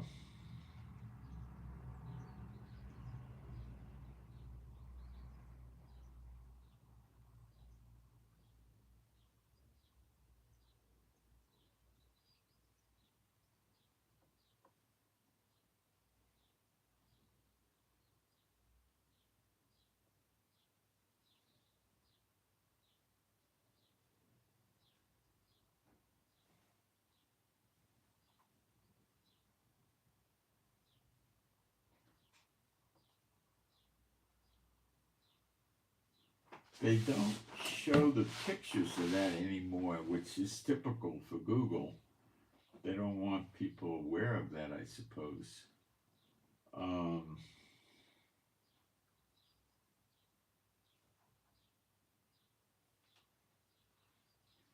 Let me show you what a gold certificate looked like.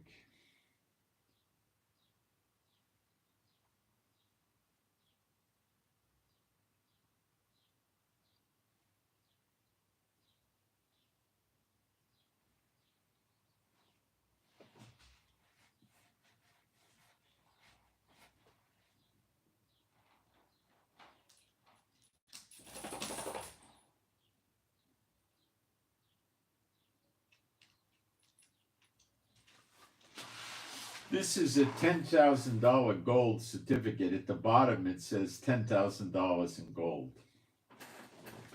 They used to even make a $100,000 bill, guys. I remember when I was a kid, they took us on a field trip someplace to the Museum of Money in New York City. And they had 10 $100,000 bills pinned up, real bills in the museum, which was $1 million. And $1 million back then was probably like, I don't know, 25, $40 million today. And it was a fortune. And we were sitting there as kids just staring at it. Wow, that's what $1 million looks like. You know, it was pretty weird. Now, the $100,000 bills were not put out to the public. They were just for bank transfers. But the $10,000 bill, I believe, was people could have it. So they had a $100 bill, they had a 500, they had 1,000, a 5,000, and 10,000, and then I think it went straight to 100,000. But even in the '60s, I think people were still carrying $1,000 bills in their wallet. You know, and that was a lot of money. A Cadillac was probably, $3,500 or so back then. So you could have 4 bills and buy yourself a nice Cadillac, So it just gives you an idea about how far down the money actually deteriorated.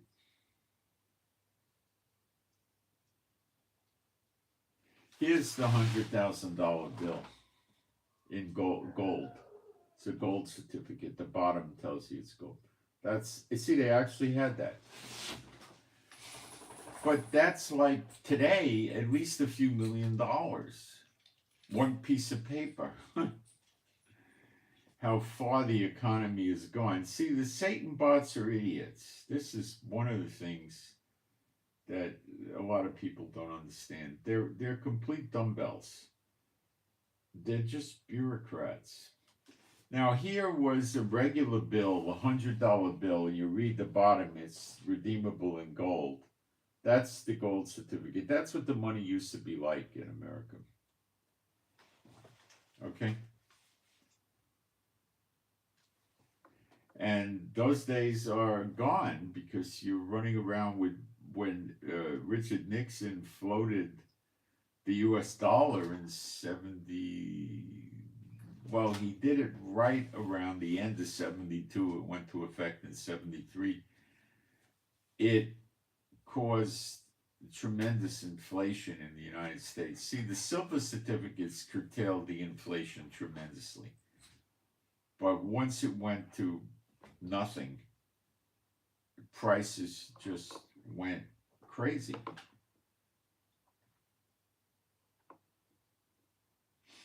I remember in 72, I was living on unemployment insurance, which for a while was, how much was it? It was either $50 or $70 a week, okay? And I had a nice apartment with a roommate. I ate all the food I wanted to, and wherever I wanted to, I had good food. Whatever I needed, I had. I would eat out occasionally in cheap restaurants, of course. And I had an old junky car that I was able to take care of and pay the utilities. The utility bills back then were $5 a month, And that's how far. The way I lived, you'd probably need $2,500 a month today in America to live like that, or at least $2,000, and minimum, probably $2,500. I was okay. I mean, I only did it for a number of months, but I was okay. I was able to get around. I lived with a guy. We had an apartment at one point that was a townhouse, 2 bedrooms up. Downstairs had a living room, a kitchen, and a dining area and a half bath. Upstairs had a full bath. We had a balcony. And we had a swimming pool in San Francisco in a very nice neighborhood. And I was able to sustain on unemployment insurance. I believe I was still on unemployment then. I'd go to the movies, I'd go out, I mean, I was okay. I mean, was I buying nice new clothing? No. Did I have a nice car? No. Was I buying appliances? No. But I was able to get by on that kind of money.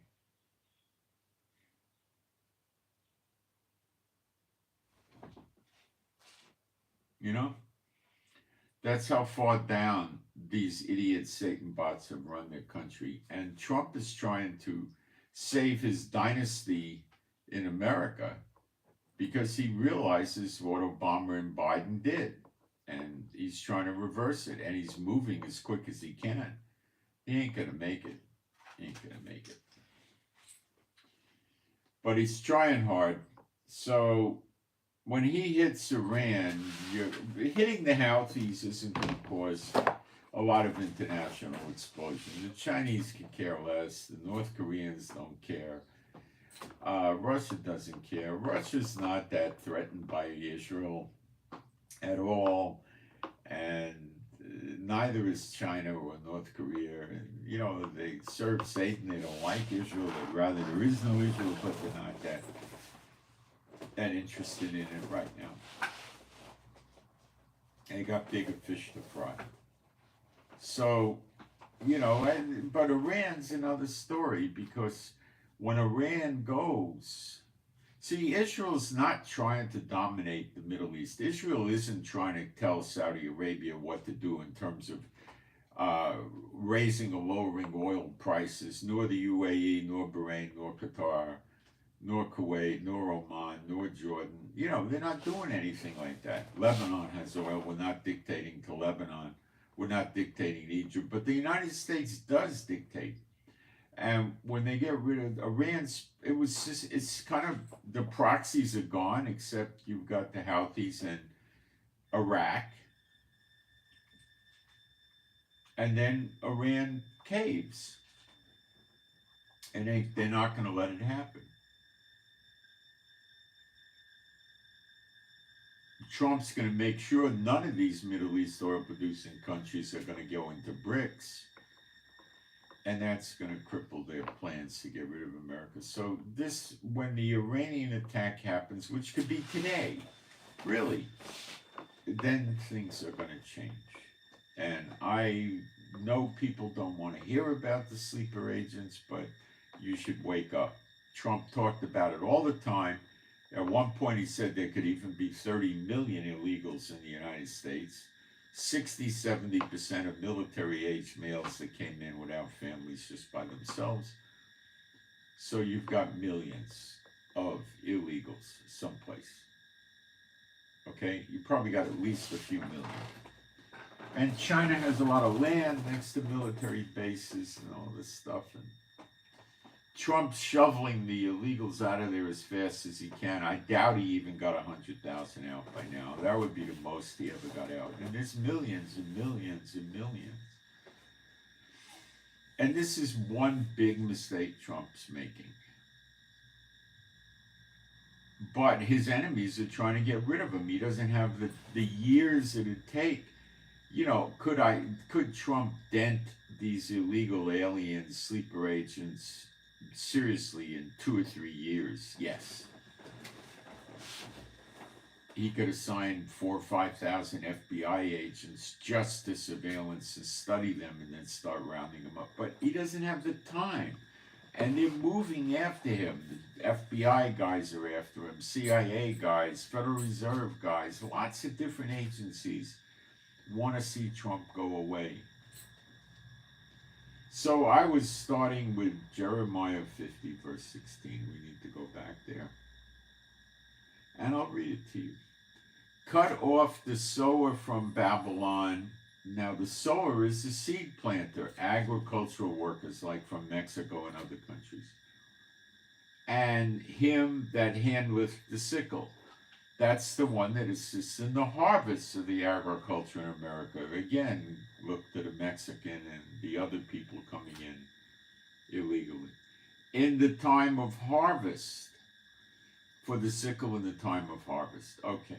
For fear of the oppressing sword, they shall turn every one to his people, and they shall flee every one to his own land. Now, oppressing sword. That doesn't sound like a bunch of North Koreans and Chinese and Muslim terrorists in the country, because they'll just kill them. Infidel, Catholics, whatever, kill them, you know. Oppressing sword sounds like what Trump has told them. Get out of America on your own, or else we're going to do it the hard way. Now, he sent a bunch of them to prison in El Salvador. That's a horrible place to be, in jail.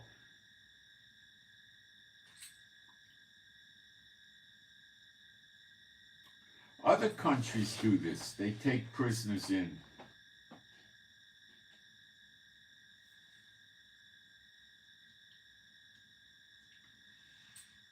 The price it costs for America to keep a prisoner in the federal system is double what El Salvador is charging. And he could probably find other countries that do it for a third. So what kind of food are you going to get in El Salvador? Well, you'll get really good food as long as you like eating tortillas all the time with roadkill meat on there, or whatever the heck they feed these guys. Maybe they get peanut butter, and maybe they get, what, for breakfast, some sort of cornflakes, and then for lunch they get, what, peanut butter and jelly sandwich, bologna sandwich, and then what do they get for dinner? Roadkill steak? What do they get? Tortilla with guacamole? Or I doubt it. I don't know what they're feeding them, but I'm sure it's pretty low-grade food. And what kind of medical care are you going to get from an El Salvador prison? What kind of medicines are they going to use? Cheap junk, surplus garbage. You think they're going to do good surgeries on the people? You think they're not going to beat the people? You think the people in these jails can get to see a lawyer? It'd probably take 9 months or a year, and then you'd see an El Salvador lawyer who probably can't do a thing about it because of the jurisdictional thing. You're really an American prisoner serving your term here. How the heck did they do that?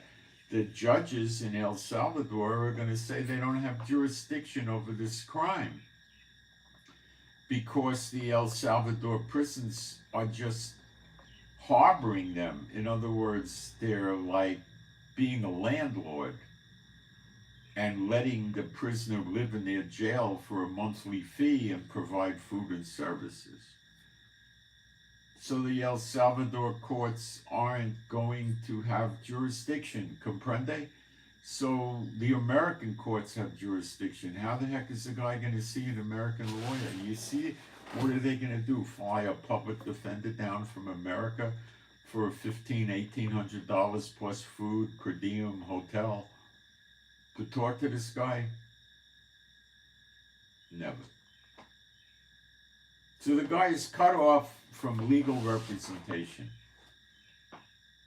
I imagine if you mind your own business, they won't harm you in the jail, because that's how you get compliance in a jail. I worked in a jail as a deputy sheriff when I was young. I was not a corrections officer. I was a full-fledged deputy sheriff, but I spent time in the jail. I actually worked in a high security wing of the jail that was so inhumane the federal judges wouldn't let federal prisoners stay in that portion of the jail. It was a dangerous place. I was a Jewish guy with a degree in criminology, and they put me there. And guess who I worked with? The captain's son. The captain of the jail. They put his son there because they didn't like him either, because of nepotism. So the two of us ran the thing. A lot of the time I worked on the upper tier where the ceilings of the cells were wire mesh, and I'd look down in them. And he worked downstairs, and to get out of the place, you needed 2 keys. My key and his key, pretty much. And it was pretty hard to get the both of us at the same time. I had a trustee named Moondog.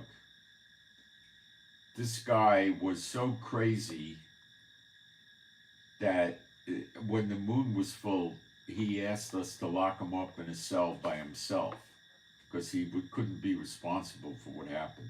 I'm not making this up. And he stood around near me a lot of the time when I was downstairs. Upstairs, the inmates couldn't go up there. And he was a tough guy. So if anything was going to happen, they had to get through him to get to me. And back then we used to carry blackjacks, which is leather with a spring and a lead weight, and the pants pockets used to have a special blackjack pocket. And you'd keep the loop there, and I had a little martial arts experience by then, and I was able to scoop it out, and you could just, if you hit somebody on the side of the head, they went down like a sack of potatoes, But it was a rather crazy, dangerous place. So you don't get control over inmates by being cruel and mean and brutal to them. You basically treat them like a human being, and most of them will go into compliance with your wishes. Walk single file, don't talk, do this. They sit down, get up, go here.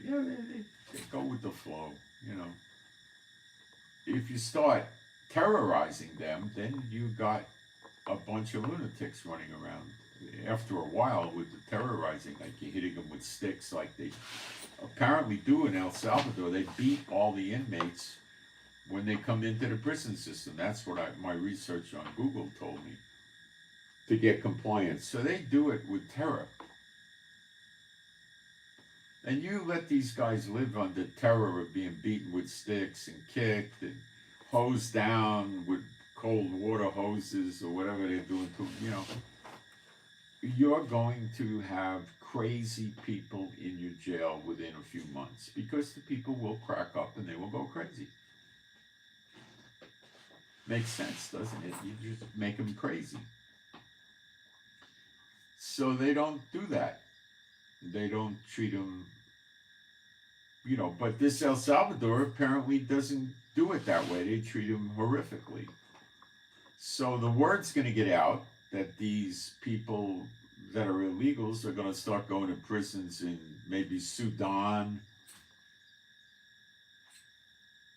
South Africa, I don't know where. There's a lot of places around the world that you could do this with. And how are they going to have visitors when they're 2,800 miles away from home? Forget conjugal visits. You think they're going to be able to go over to jail and say, I'm an Orthodox observant Jew, I need kosher food? They'll say, what's kosher food? Oh, no, when we serve pork chops, if you don't want to eat it, well, just don't eat it. Trade it with one of the other guys for his dessert or something, That's what they'll tell you, I mean, it's a joke. What are you going to think? You're going to tell them you're on a vegan diet and they're going to listen to you? You tell them you're a diabetic and you need insulin, they're going to listen to you? You tell them you had surgery and you have a bag for your intestines that you poop in the bag and you got to change the bag, and what do you think they're going to do? They'll tell you to go wash the bag out, and you probably die of infection eventually. You got to understand. So this could be the oppressing sword. Those of you that flee the sword, let Zion come to mind. That's not the same as the oppressing sword. That's the invaders killing.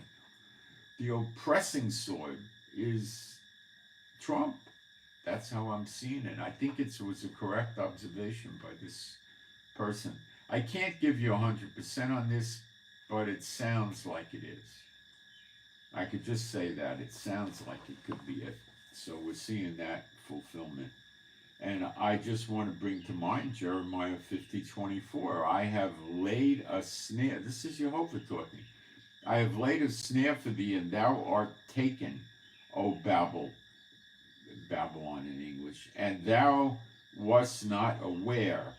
Thou art found and also caught, because thou hast striven against Jehovah. Does Trump want to take Hamas's land, which is part of Israel, from the Euphrates to the Nile, and give it to Israel, or keep it for America? Is that godly? Is that striving against the Lord? Yes. Yes. Does he want to see us get the rest of our land back? No. No. No. No. No steps towards that whatsoever.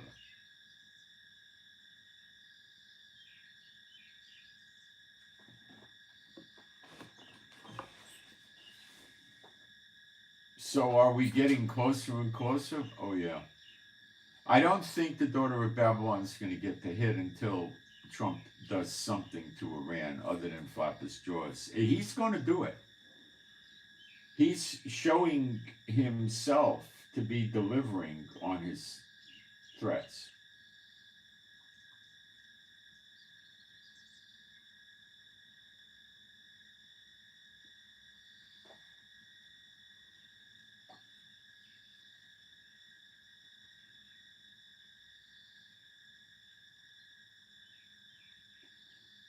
I never heard a word about Kennedy trying to get rid of AIPAC.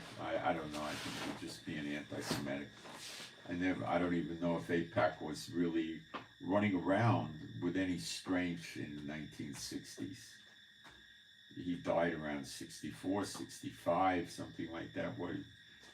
Maybe you want to post about that American ship that the Israelis hit 60 or 70 years ago. Let me ask you a question. Are all the prophets Jews? Huh? Were all the apostles Jews? Was Yeshua a Jew from the tribe of Judah, from the line of David? Is he the high priest in the order of Melchizedek? Is he the king of Israel? Is New Jerusalem going to be in Israel? And you want to hate the Jews.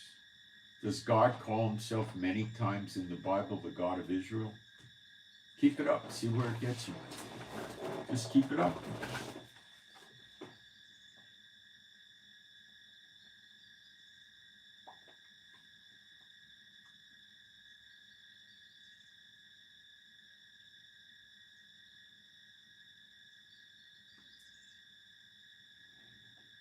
So we're getting there, kids. We're getting there slowly but surely. Haaretz newspaper ran an idea that they ran a headline. It said Netanyahu is perpetuating his political office holding through the use of war. See, he's still trying to get hostages back from them. And he's telling them, we're not going to negotiate without bombing you. We're going to keep bombing you and fighting you during the negotiations. Well, let's see if Hamas has the guts to start killing the hostages. I think they will.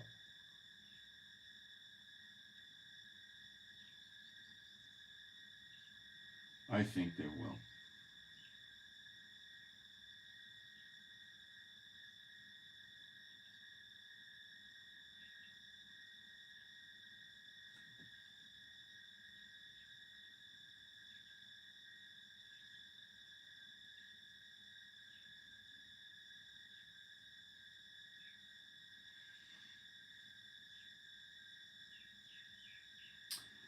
So that's pretty much what I got for today.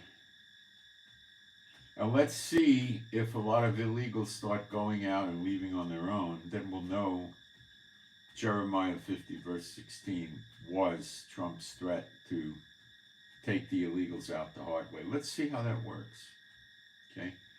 So please pray for me and my wife Rivka for our peace, safety, protection, joy, and healing. And pray for my wife's traveling today. Pray she has good travel. and pray for our animals and pets to be happy, healthy, and whole.